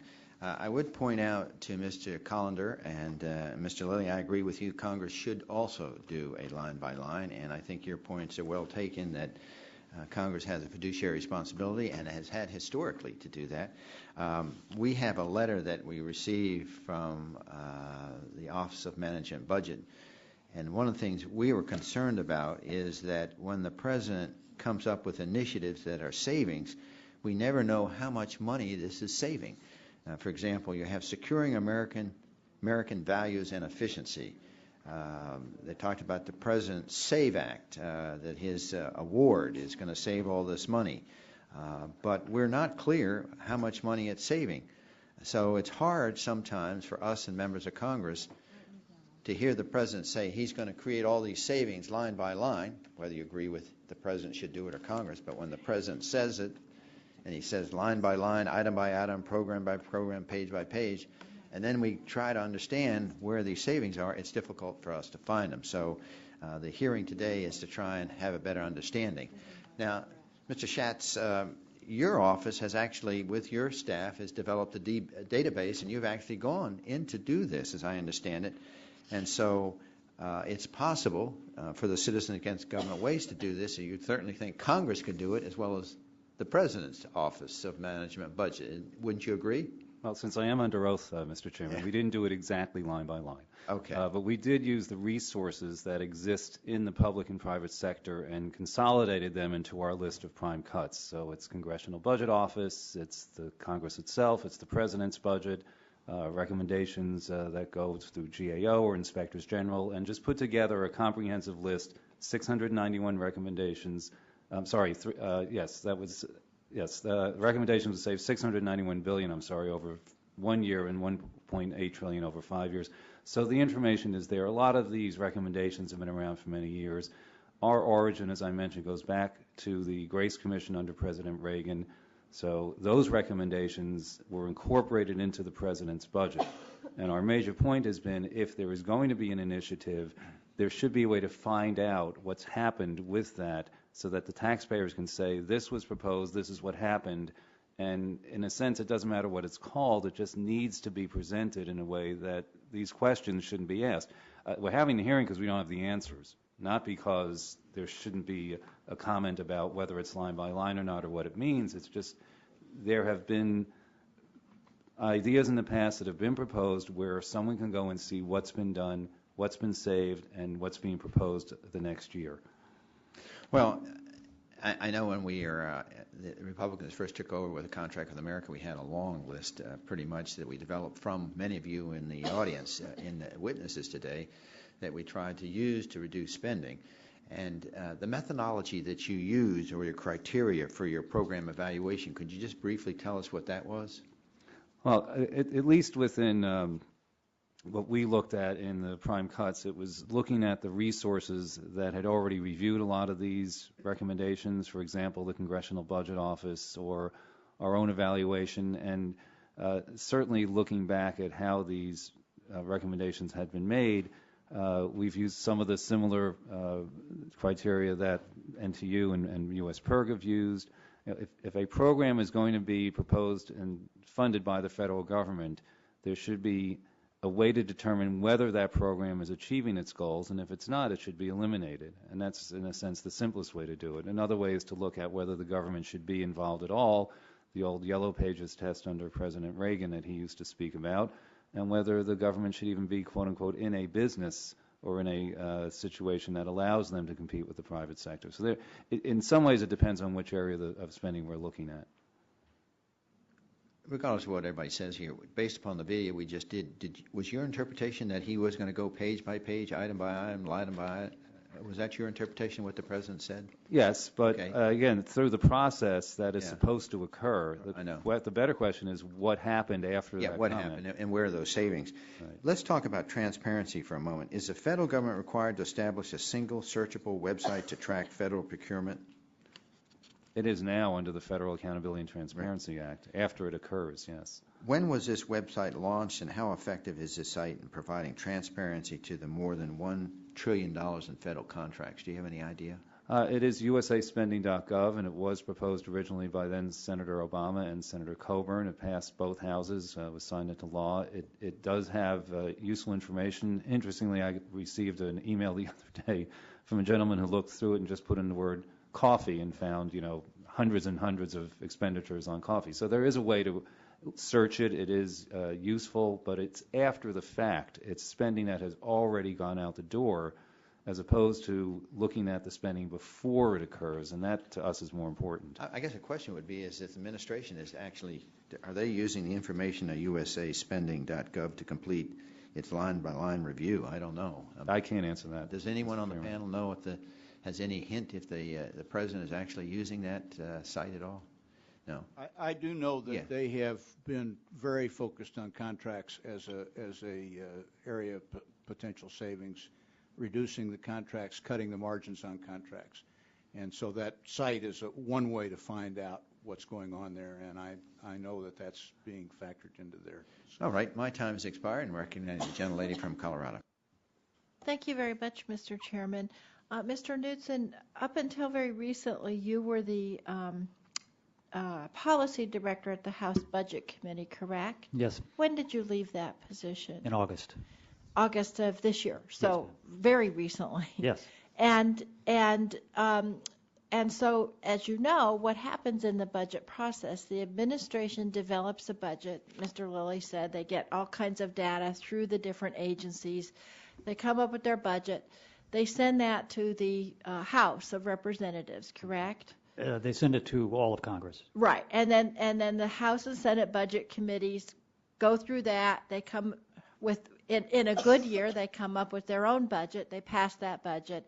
Then they do the 13 appropriations bills, correct?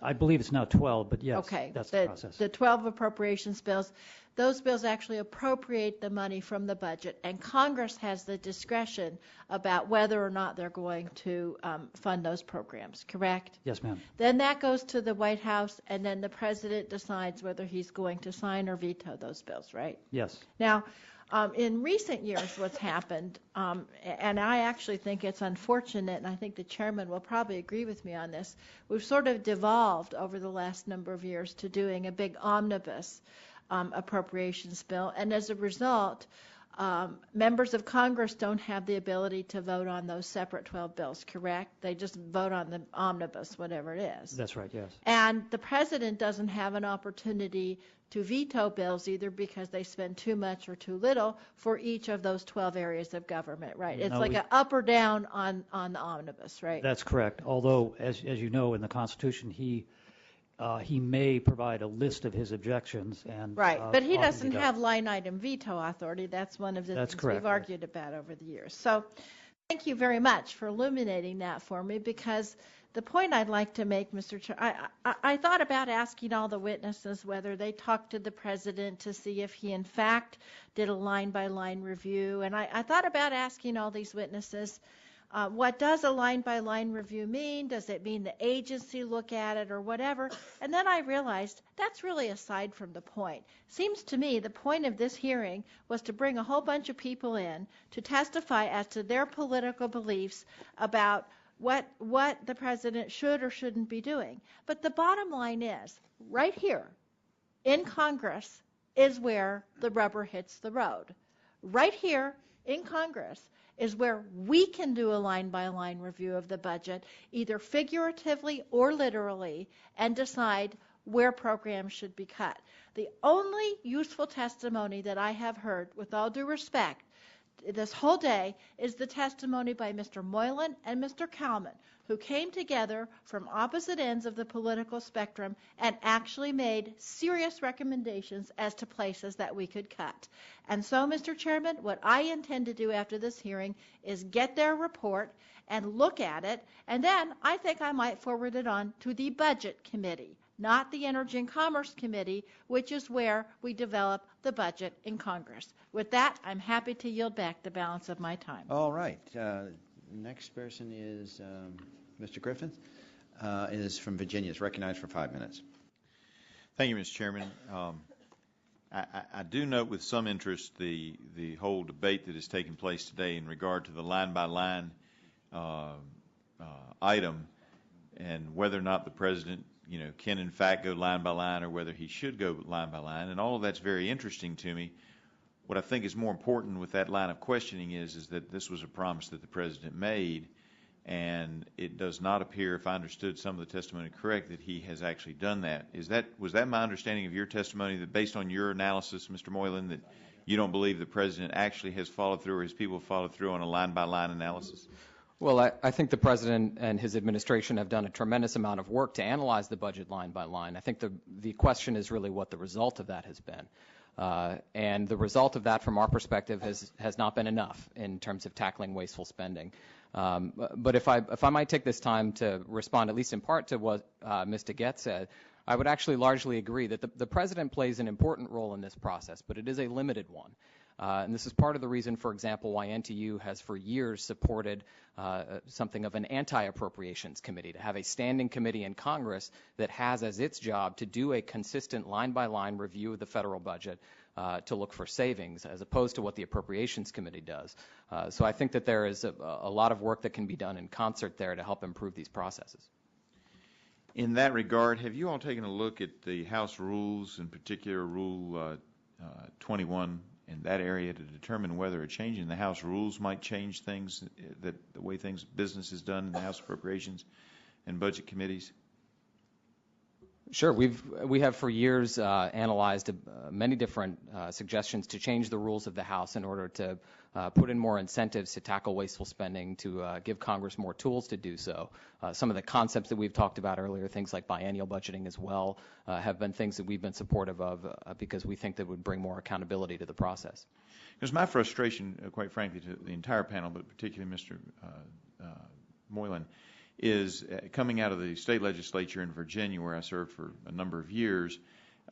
There, the budget controls, and if we don't have the money to do something, the budget doesn't spend the money. I have learned here, at least what I've been told, is that if we have a law on the books as a result of these rules, we have to fund that whether we have the money or not, which is where we get into the whole debate about mandatory versus discretionary spending. Do you think that we as a Congress need to change the psychology, where we maybe take a look at the way that Virginia does, where if we don't have the money, we don't spend it, and the budget controls, as opposed to the law controlling the budget controls the laws? That's actually been a subject of considerable debate in recent years, is not just the fact that dollars that are considered mandatory spending are growing in large part because of entitlement programs like Medicare and Medicaid, but how many other programs are now mandatory that are their funding is more formula-based rather than a discretionary action by Congress. So yes, I do think that there is much work that can be done there to appropriately distinguish between what mandatory spending is and what discretionary spending ought to be, and what ought to fall in which category. Because notwithstanding Mr. Green's discussion of his legislative experience and a senior legislator saying that, by the third year he only read his own bills, I've always tried to read the bills, and both my state experience and here, and I have discovered some things in there that I would like to work on, some of which I've been told I can't yet because it comes up later in the mandatory, because it's mandatory, it's in a 5-year bill, et cetera, and that's been somewhat frustrating. And there are things like that. I discovered a 1970 law that says that when we take horses off federal lands, we can't humanely euthanize them. And as a result of that, we have what I call retirement homes for wild horses and burros at the tune of about $70 million a year. And so when I'm looking for line by line, when I'm actually reading the budget bill, and I'm not going to tell you, as was pointed out, that every reference and cross-reference that I am familiar with at this point, I hope to be sometime if I'm allowed to stay in the Congress for a few years.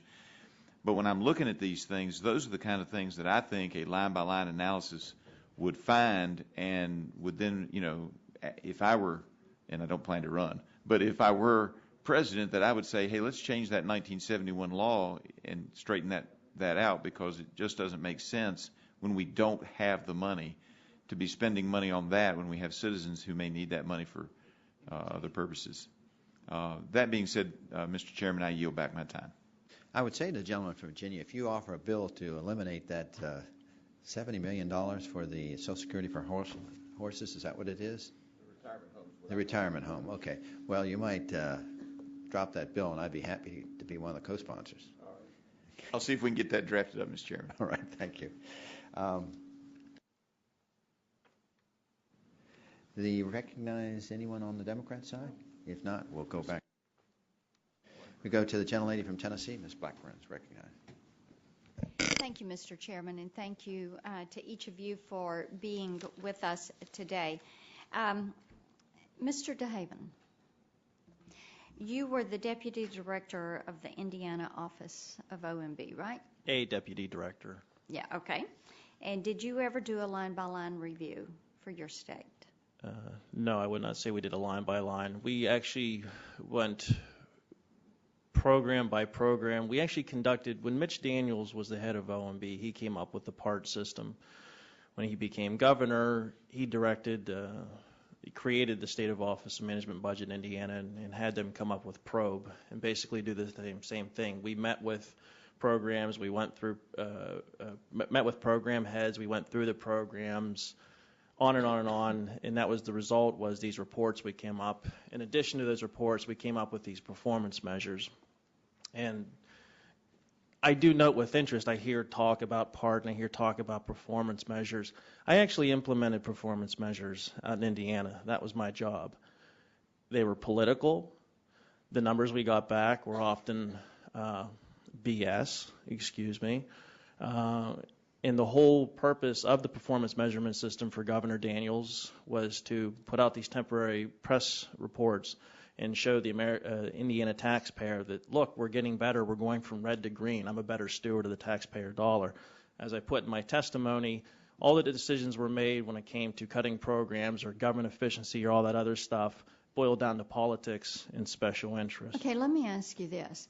Did you all ever do what Governor Christie did in New Jersey with across-the-board cuts? He did a 9% cut. My state of Tennessee, former governor did significant cuts like that. Did you all ever do any kind of across-the-board cut to help get the spending under control? When I was there, we did not do across-the-board cuts. I left right after the recession started to hit and state revenues dried up. Since then, I do believe that there was suggestions made for across-the-board cuts. The governor can also withhold money a lot easier in Indiana.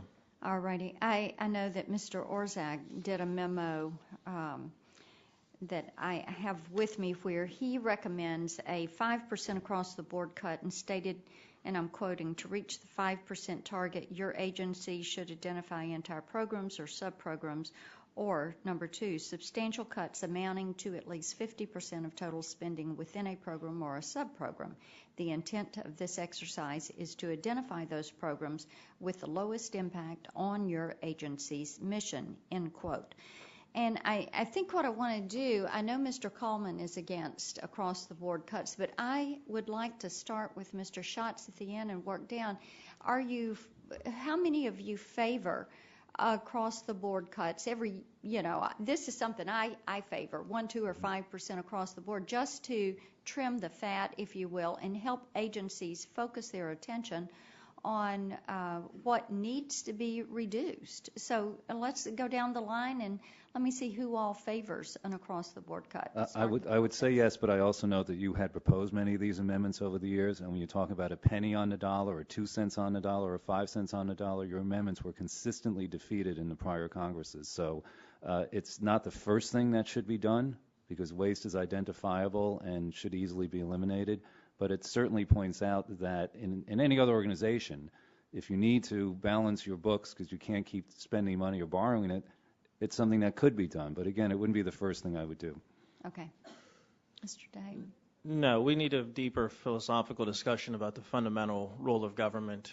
When you had the budget agreement for 2011, I actually noted that a lot of the cuts ballyhooed by Speaker Boehner were similar cuts that Newt Gingrich engineered. The fact of the matter is, if you cut the head off the hydra and you don't burn the stump, it grows back. So you get your 5% on board, even if you're going to get it. So long as they exist, they'll grow back. Okay, we've got 44 seconds left, so quickly down the list. The disadvantage is that obviously across-the-board cuts don't choose priorities and so on, but they have the same advantage that a spending cap does, and that is they impose a limit, and the limit can compel choices. Okay. I believe that there's easily 10% waste in each department, each program. However, again, I think it's not our priority because it doesn't allow to differentiate between programs. I would say that NTU's view is that it's a second best solution, but it's one that, as you know, we've consistently supported those amendments because we believe spending reductions are necessary. Very quickly, because obviously I said we have issue with cross-board cuts.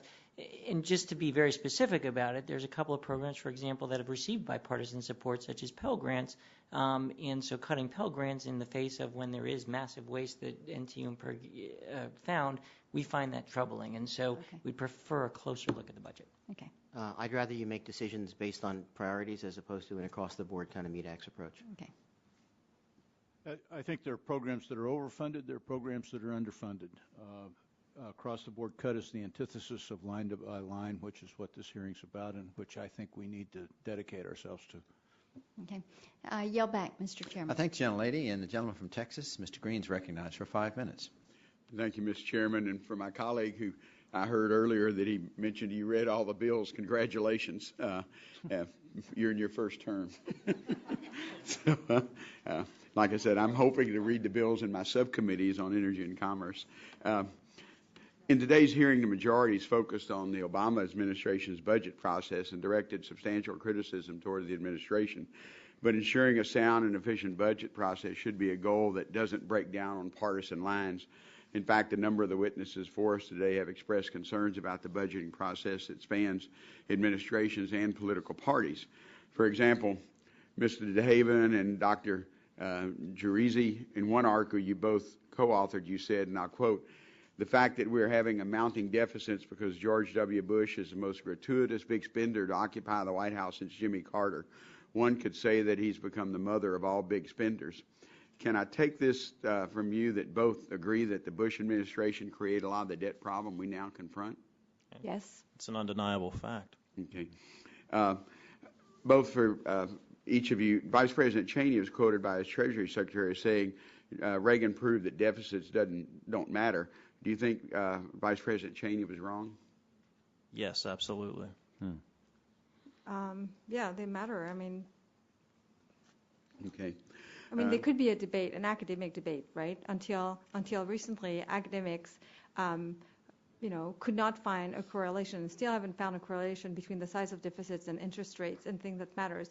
However, we don't know, so there's this side of the debate, right? And then, however, we know that there's a point where deficits are so big and the size of the government is so big and the size of the debt is so big that the tumor becomes so big that it starts destroying everything. And then there's a principal issue, which is, in theory, the amount of taxes that are collected. I only have 3 minutes, so and I have a whole bunch of questions. But do you agree that deficits where we're at now? You guys shouldn't be spending more money than you tax. Come in the last 10 years, because I'll remind y'all that in '99 and 2000 we had a balanced budget, for an annual balanced budget. Well, not if you had planned reasonably and put money aside to pay for all the unfunded liability and promise made. No, it's not a balanced budget. Granted, but it was officially.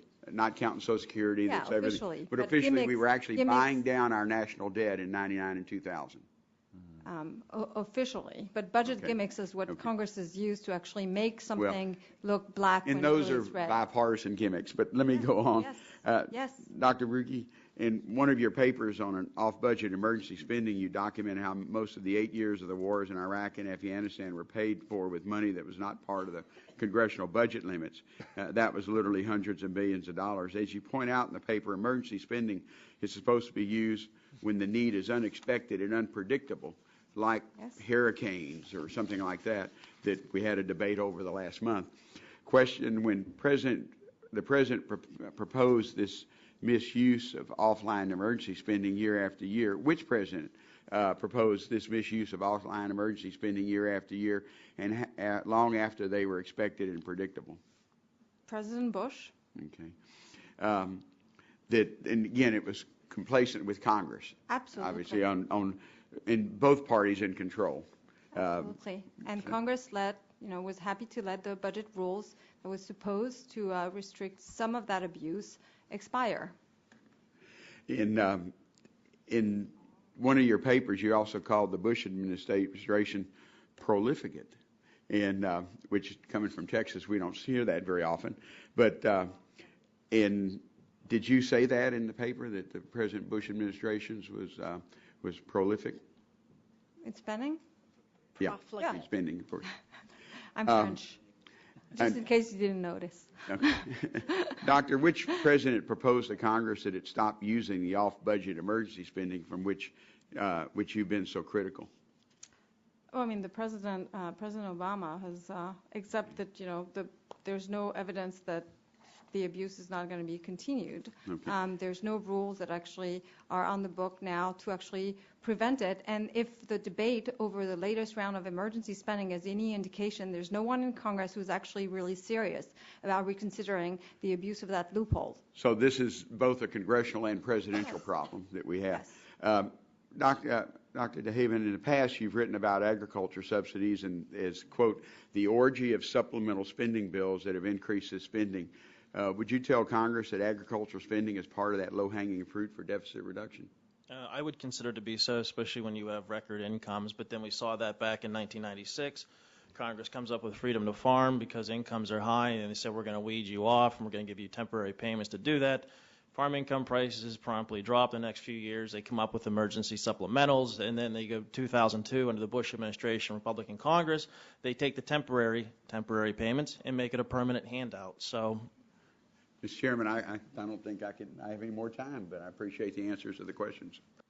Thank you, gentlemen. And the gentleman from California, Mr. Bilbray, is recognized for 5 minutes. Thank you, Mr. Chairman. Mr. Chairman, I think there is an item we might be able to agree on here, and there might be a real opportunity to really get a focus on where both sides can cooperate on this. Let me first pull out, Mr. Lilly, you remember the comments about the earmarks in 95. Do you also remember that the first initiation was that we had an administration that were taking line items and moving them from one line item to another to basically get around cuts? And so there was a lot of that originally was to lock things in so the administration couldn't shuffle funds. And, and also you do remember that a thing called an earmark was the Predator, which was probably the most cost-effective and efficient weapon systems ever developed in this country since the Monitor went out to Hampton's Roads and confronted the CS Virginia. Those two items, in all fairness, I'm saying when it started off, there was a major reason why there was a concern there. I think if you look at my written testimony, I make the point that the Predator was, if it's not in the testimony I submitted today, I've often referred to this. I don't think that earmarks are evil as such, but I think the practice where we went on the Labor H appropriation bill, we had 0 earmarks in 1995. We had about 40 in 96. We had over $1 billion in earmarking by 2004. And I think what's the sad part about completely overwhelmed the system. That we didn't get the education out that the real abuse was a thing called the airdrop, where people were dropping things in conference, where no one had the right to be able to extract it and get into it. As the person who had to inherit the seat of a certain congressman who abused that. Let me go over and ask U.S. PIRG. U.S. PIRG today. I enjoy listening to your testimony about so-called renewable fuels and the abuses in the system, because I remember in 95 when I came here, you had the Lung Association and U.S. PIRG strongly pushing the auction-in mandate, strongly pushing as an environmental and health issue the requirement that ethanol be put in our gasoline, MTBE and ethanol. And I appreciate the fact that U.S. PIRG has reassessed not only the lack of health and environmental benefits, but also the cost on this.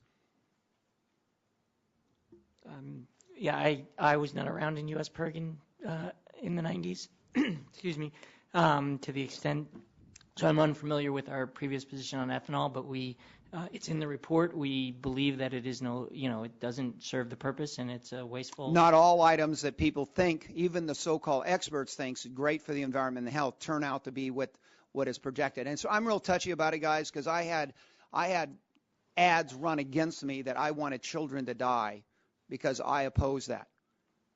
And I opposed it because my scientists in California knew that it was a problem back. Let's go to something we can agree on. Mr. Knudsen, your idea about if it's not authorized, we should not be spending money about that. Yes. Now, that's something that I think Republicans and Democrats, and comes back to your point about Congress now taking the responsibility and starting to take the reins back.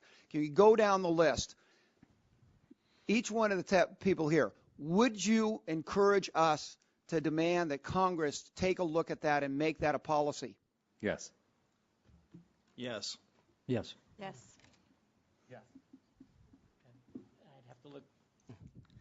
I'd have to look more closely at it. Yes, but it's not required by the Constitution. I know. There's a. Let me just say. Neither is a balanced budget, but we've had not only a collapse of the budget process and the appropriations process, but the big collapse has been the authorization process. If you look at CBO's report to the Congress from last January, over half of the non-defense appropriations were for things that weren't authorized. Some of them haven't been authorized for 20 years. Now, most people don't want to see those programs ended, but unless the authorizers are able to reactivate this process and review those programs, then I think you're kind of stuck with appropriating money without authorization, and it's a terrible thing. You believe that we shouldn't force the issue and require authorizers to do their job and not reauthorize? We should, but I don't think people that depend on those programs should suffer as the result of the failure of the authorizing committees to do their work. And so you think that future generations should suffer by us continuing to spend 43% more than we have money for? That's different from cutting spending. I'm not saying we shouldn't cut spending. I'm saying that's a very arbitrary way that's going to hurt a lot of people that you're probably going to find out you didn't want to hurt. Okay, Democrats, Republicans work together and authorize a 2-year budget cycle for the veterans. Do you believe that we should look at applying the same application for the rest of the budget or large portions of it down the line? I think that would be, if the Congress wants to maintain control of the budget, that's a bad thing for them to do. I agree with Scott. It'll reduce responsibility, not increase it. Again, would have to look at it more carefully. Nope. I'd say it has to be done with care, but yes, it should Next. be considered. No. No. You got a bunch of more supplemental spending. Indiana had one, and that's no. Yes. Okay. My argument is if we did that, maybe we'd have time to start doing authorizations and be able to get our job done the other way. But that's the disagreement. I yield back, Mr. Chairman. I think, though, we found an agreement of something hopefully the Democrats and Republicans on this committee can take to the other committees and say, here's a common ground that we have found on this committee, and that's why this hearing needed to be held. Thank you. Yeah. Can I ask, because Brian, I've had this discussion for, I think I'm going into 2 decades about the difference between ethanol and Well, I'd love to explain to you the difference, but the outcome is still the same. It picks our pocket and it pollutes our air. ethanol they make up in the Midwest. Oh, that's for another hearing. The gentleman from Louisiana, Mr. Scalise, recognized for 5 minutes. Thank you, Mr. Chairman. I know that there were some people who said they didn't think we should be having this hearing. I want to thank you for calling the hearing, because I think as we have more hearings like this, I think it does put more pressure and put more sunshine on the fact that we really do need to be doing more on all fronts to not only find waste in government, but also to hold people accountable for the things they say. I've been kind of amused by or intrigued by the comments from some of my colleagues, when the president actually said these words: we will go through our federal budget page by page, line by line, eliminating those programs we don't need and insisting that those we do operate in a cost-effective way. I'm kind of shocked that some of my colleagues on the other side are now claiming that when the president said this, he really didn't mean it. I'd be curious to know what other things the president has said that he doesn't mean. The gentleman yield. I'd be happy to yield. I don't think anybody said that the president didn't mean it. What the we wanted to know. The ranking member said. I'm the ranking member. Hi. The ranking member of the full committee. And I said. Mr. Waxman and said. And Mr. Waxman said that we didn't know if the president actually read it line by line or not, but the OMB did. So don't put words. Well, but he said that he didn't mean it literally. He just. I guess he just says things, and whether he means them or not. But if he said it and he meant it, and, I'd love to have the OMB here. And as the chairman pointed out, we wanted to have the OMB here. They refused to come. We could ask them if, because obviously they must have had those conversations with the president and his staff of, whether or not they were directed to go line by line through the budget. But I think from seeing some of the things that we've seen, clearly that hasn't happened. And of course, we have had the president come before our House chamber and say, with this latest stimulus bill, saying, pass this bill. And we found out there wasn't even a bill. He didn't even have a bill to pass, yet he's saying pass the bill. So maybe he does say things he doesn't mean, but he ought to mean what he says. And I think the American people deserve to hold him to the things he says. And I think that's the bigger issue, is that if he is going to say these things, he ought to expect to be held accountable for those things he's saying. And that means as we try to go line by line through the budget, I think if you look at what we did in the House, we actually passed a budget, something novel, something that hasn't happened for years. Senate, it's almost been 900 days since the Senate passed any budget. We passed a budget, and our budget was actually geared at getting us back on the path to a balanced budget. Our budget was $6.7 trillion less than the president's budget. And so we did, in fact, go line by line and found many areas of things that the government is doing that it can't afford to do. We're borrowing money we don't have. We got to stop spending money we don't have. And we started to make that fiscally responsible decision that we were going to get our country back on the path to a balanced budget so we can create jobs and get the economy back on track. And in fact, our budget got more votes in the Senate than the president's own budget. The president's budget was brought up in the Senate. Not one member of the Senate voted for the president's budget. Not one Democrat, not one Republican. Nobody. You would think if the president was serious about going line by line, and he saw such an embarrassment that not one United States senator voted for his budget, maybe he ought to go back to the table. Maybe he ought to start over and write a different budget that maybe included ideas from both sides that showed some effort at bipartisanship instead of a budget that people on neither side of the aisle chose to vote for. And so it brings us to some questions, because if you look at some of the things we have been going line by line in this committee is the committee that exposed the Solyndra scandal. And in fact, when we tried to go line by line and get more details, we actually had to get a subpoena because the administration wasn't even giving us the information. And so, unfortunately, by the time we got the information, went line by line per se, we didn't have the ability to stop that from happening. The taxpayers lost $530 million. The president, if the president would have just gone line by line with the memos that were written by his own staffers, who said 2 days before he went to Solyndra for a photo op, they said, frankly, you shouldn't be going down there, and this thing's probably going to go bust.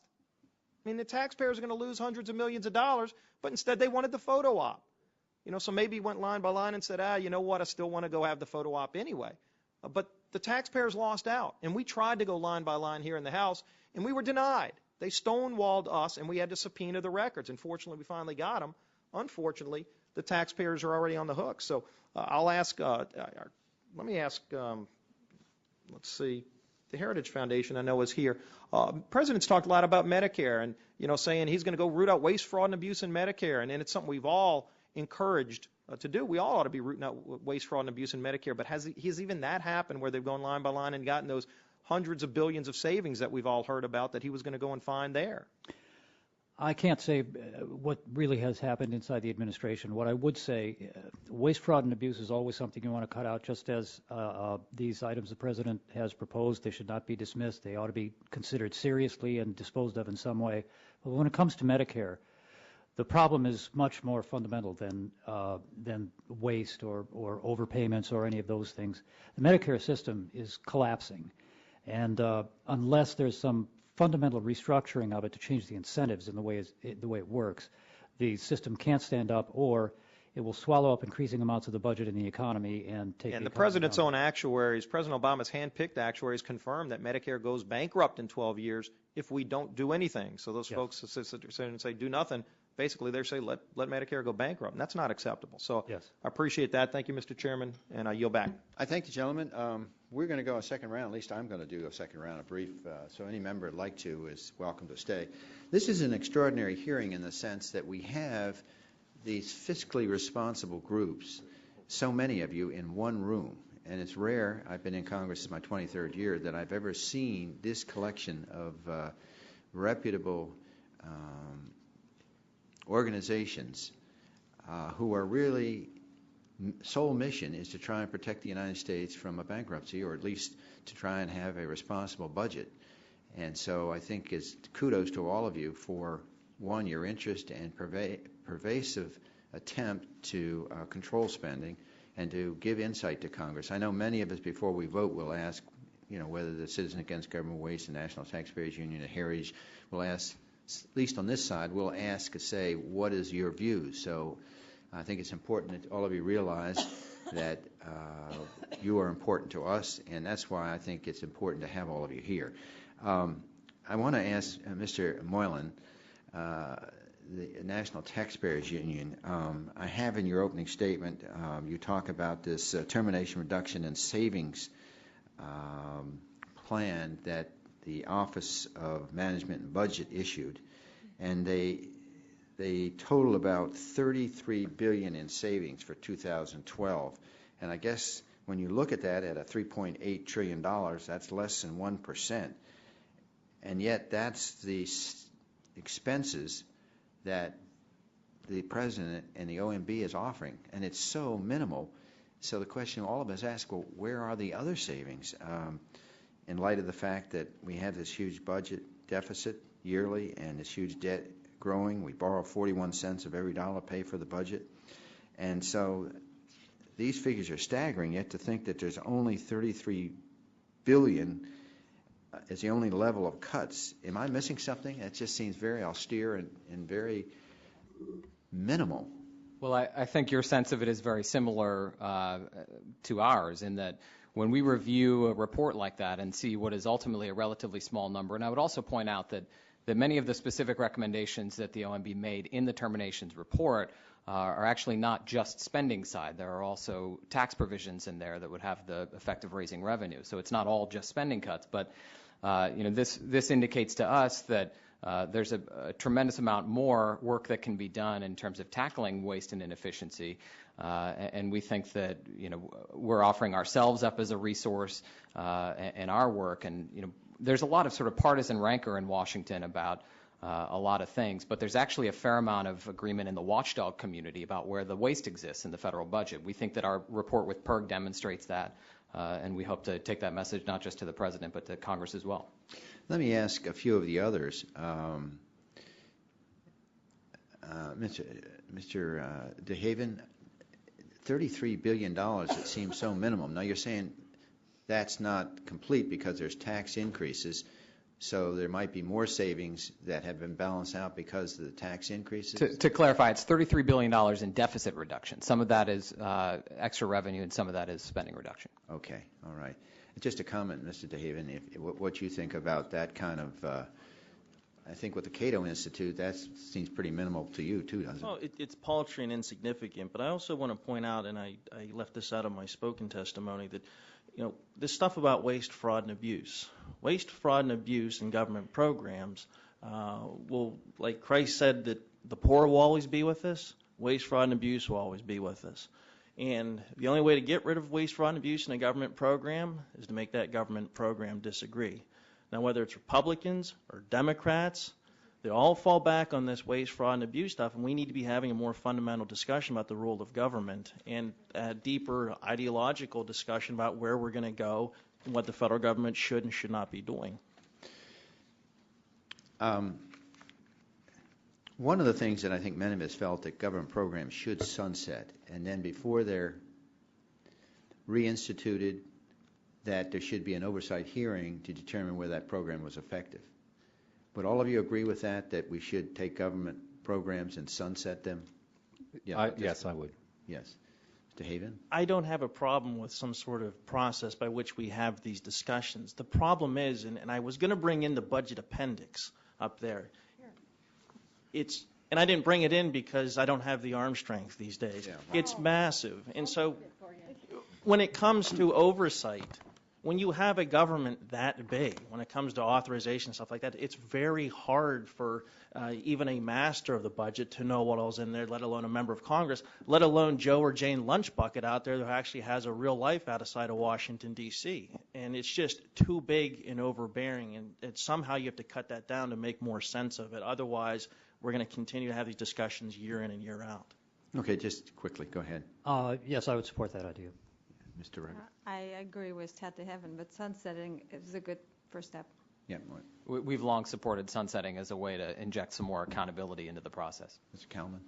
We would not support that. We think there's programs that have wide support and are widely agreed, and Pell Grants, as I said before, is one of them. But then how would you get oversight of these programs without the threat of termination? I mean, you wouldn't get any oversight. These things go on indefinitely. But anyway, I appreciate your opinion, Colin.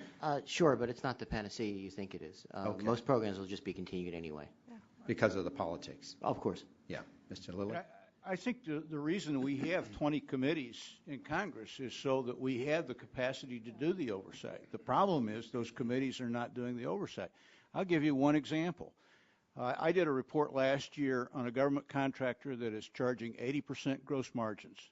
The product that contractor produces was developed by the United States government. The facilities that they use to manufacture it were paid for by the United States government, and we're paying 80% for it, and that contractor is getting paid under authority from this committee.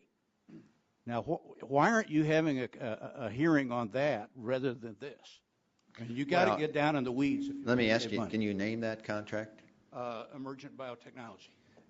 Emergent? Report on it here. Well, if you don't mind, I'd like to put that part of the record without objection. No objection. We're glad to put that part of the record, and I think there's probably more programs like that out there, Mr. Lilly, and so if you find any more, please let us know. And you're saying that's a jurisdiction of the Energy and Commerce Committee, and that's that we should view. Well, I've finished my second round. Is anyone else on the Democrat side? No? Mr. Griffin, you're recognized. Just a couple of matters, Mr. Chairman. Thank you so much for the time. I appreciate your courtesies. First, let me just say, y'all might want to go back, those who did not agree with the biennial budget, and just take a look at some of the models that those hotbeds of ideas in the various republics, the states of this union are coming up with. My experience was that as long as you have some ability to amend so that you can correct the errors that you might have made the first time around, that the biennial budget makes for a smoother process. The battles philosophically over what gets spent are not quite as pitched in some circumstances when you have that biennial budget the second time around, and people seem to try to work with it. That's just my take on that. In regard to sunsetting, shows you I'm new around here. I thought that's what reauthorization was, that if you ran out of authorization, that was a sunset. But I would have to say in relationship to those comments, if the program is worthy and somebody gets hurt accidentally, Congress will start to scramble quickly to reauthorize a program. I think reauthorization is very important because it is the tool by which a sunset is enforced. And if you don't have to worry about reauthorizing, then why put it in there in the first place? Just authorize it permanently and be done with it. In regard to the comments by Dr. Ruge and Mr. DeHaven, you were asked some questions about the spending of the Bush administration, and you gave your very frank and honest opinion. I'm wondering if you're seeing a major change in that spending growth under the current administration. If each of you could answer that, I'd appreciate it. No, I don't. In fact, I often say that President Obama is President Bush on steroids. Mr. DeHaven? I've made that same comment, but we're both, we're still in Iraq and Afghanistan. We're still spending money on everything that Bush spent money on, maybe just more. I barely see the difference some days. I appreciate that and agree with you all that we've got to take a look at somebody who said, I don't want to attribute to everybody by using the colloquial you all, but the person who said that we've got to take a look at the role of government, which is why when I'm reading bills and taking a look at these things, a lot of times I'm scratching my head wondering why the government got into this in the first place. Even though they may be very good programs, I've seen quite a few of those. If you all can help us figure out where they are, and I do look forward to looking to the report that the two groups, both left and right, did, that's the kind of thing that's very helpful to us. I think there are a lot of things that we, as Americans, both Democrats and Republicans, left and right, can agree on. I have found this hearing today to be very helpful and educational. I appreciate you all taking your time, and Mr. Chairman, I appreciate you calling the hearing. Thank you. I thank the gentleman, and just remind all members we have 10 days to hold the record open for any additional comments or opening statements. And again, I want to thank all of the witnesses today for your time and willingness to help us out. And with that, the subcommittee is adjourned.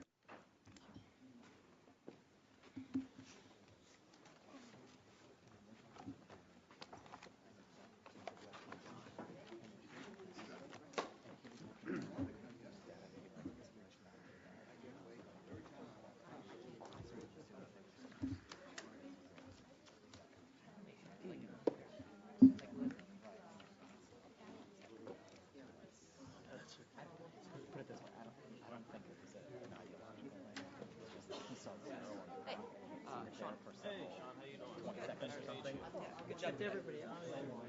It's just kind of fun to listen to everybody. No, yeah. I mean, so. Oh, yeah.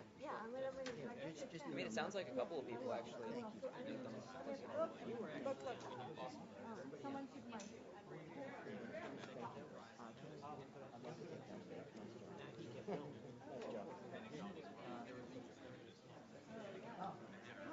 I'm not buying it. No, email me. Yeah, that'd be great. Yeah, I mean, they appreciate you. Yeah, that was great.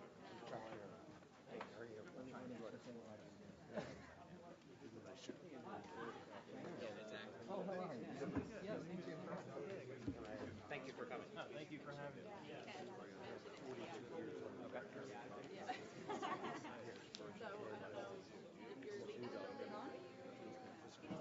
I don't yet. I think that everybody's trying to take the call.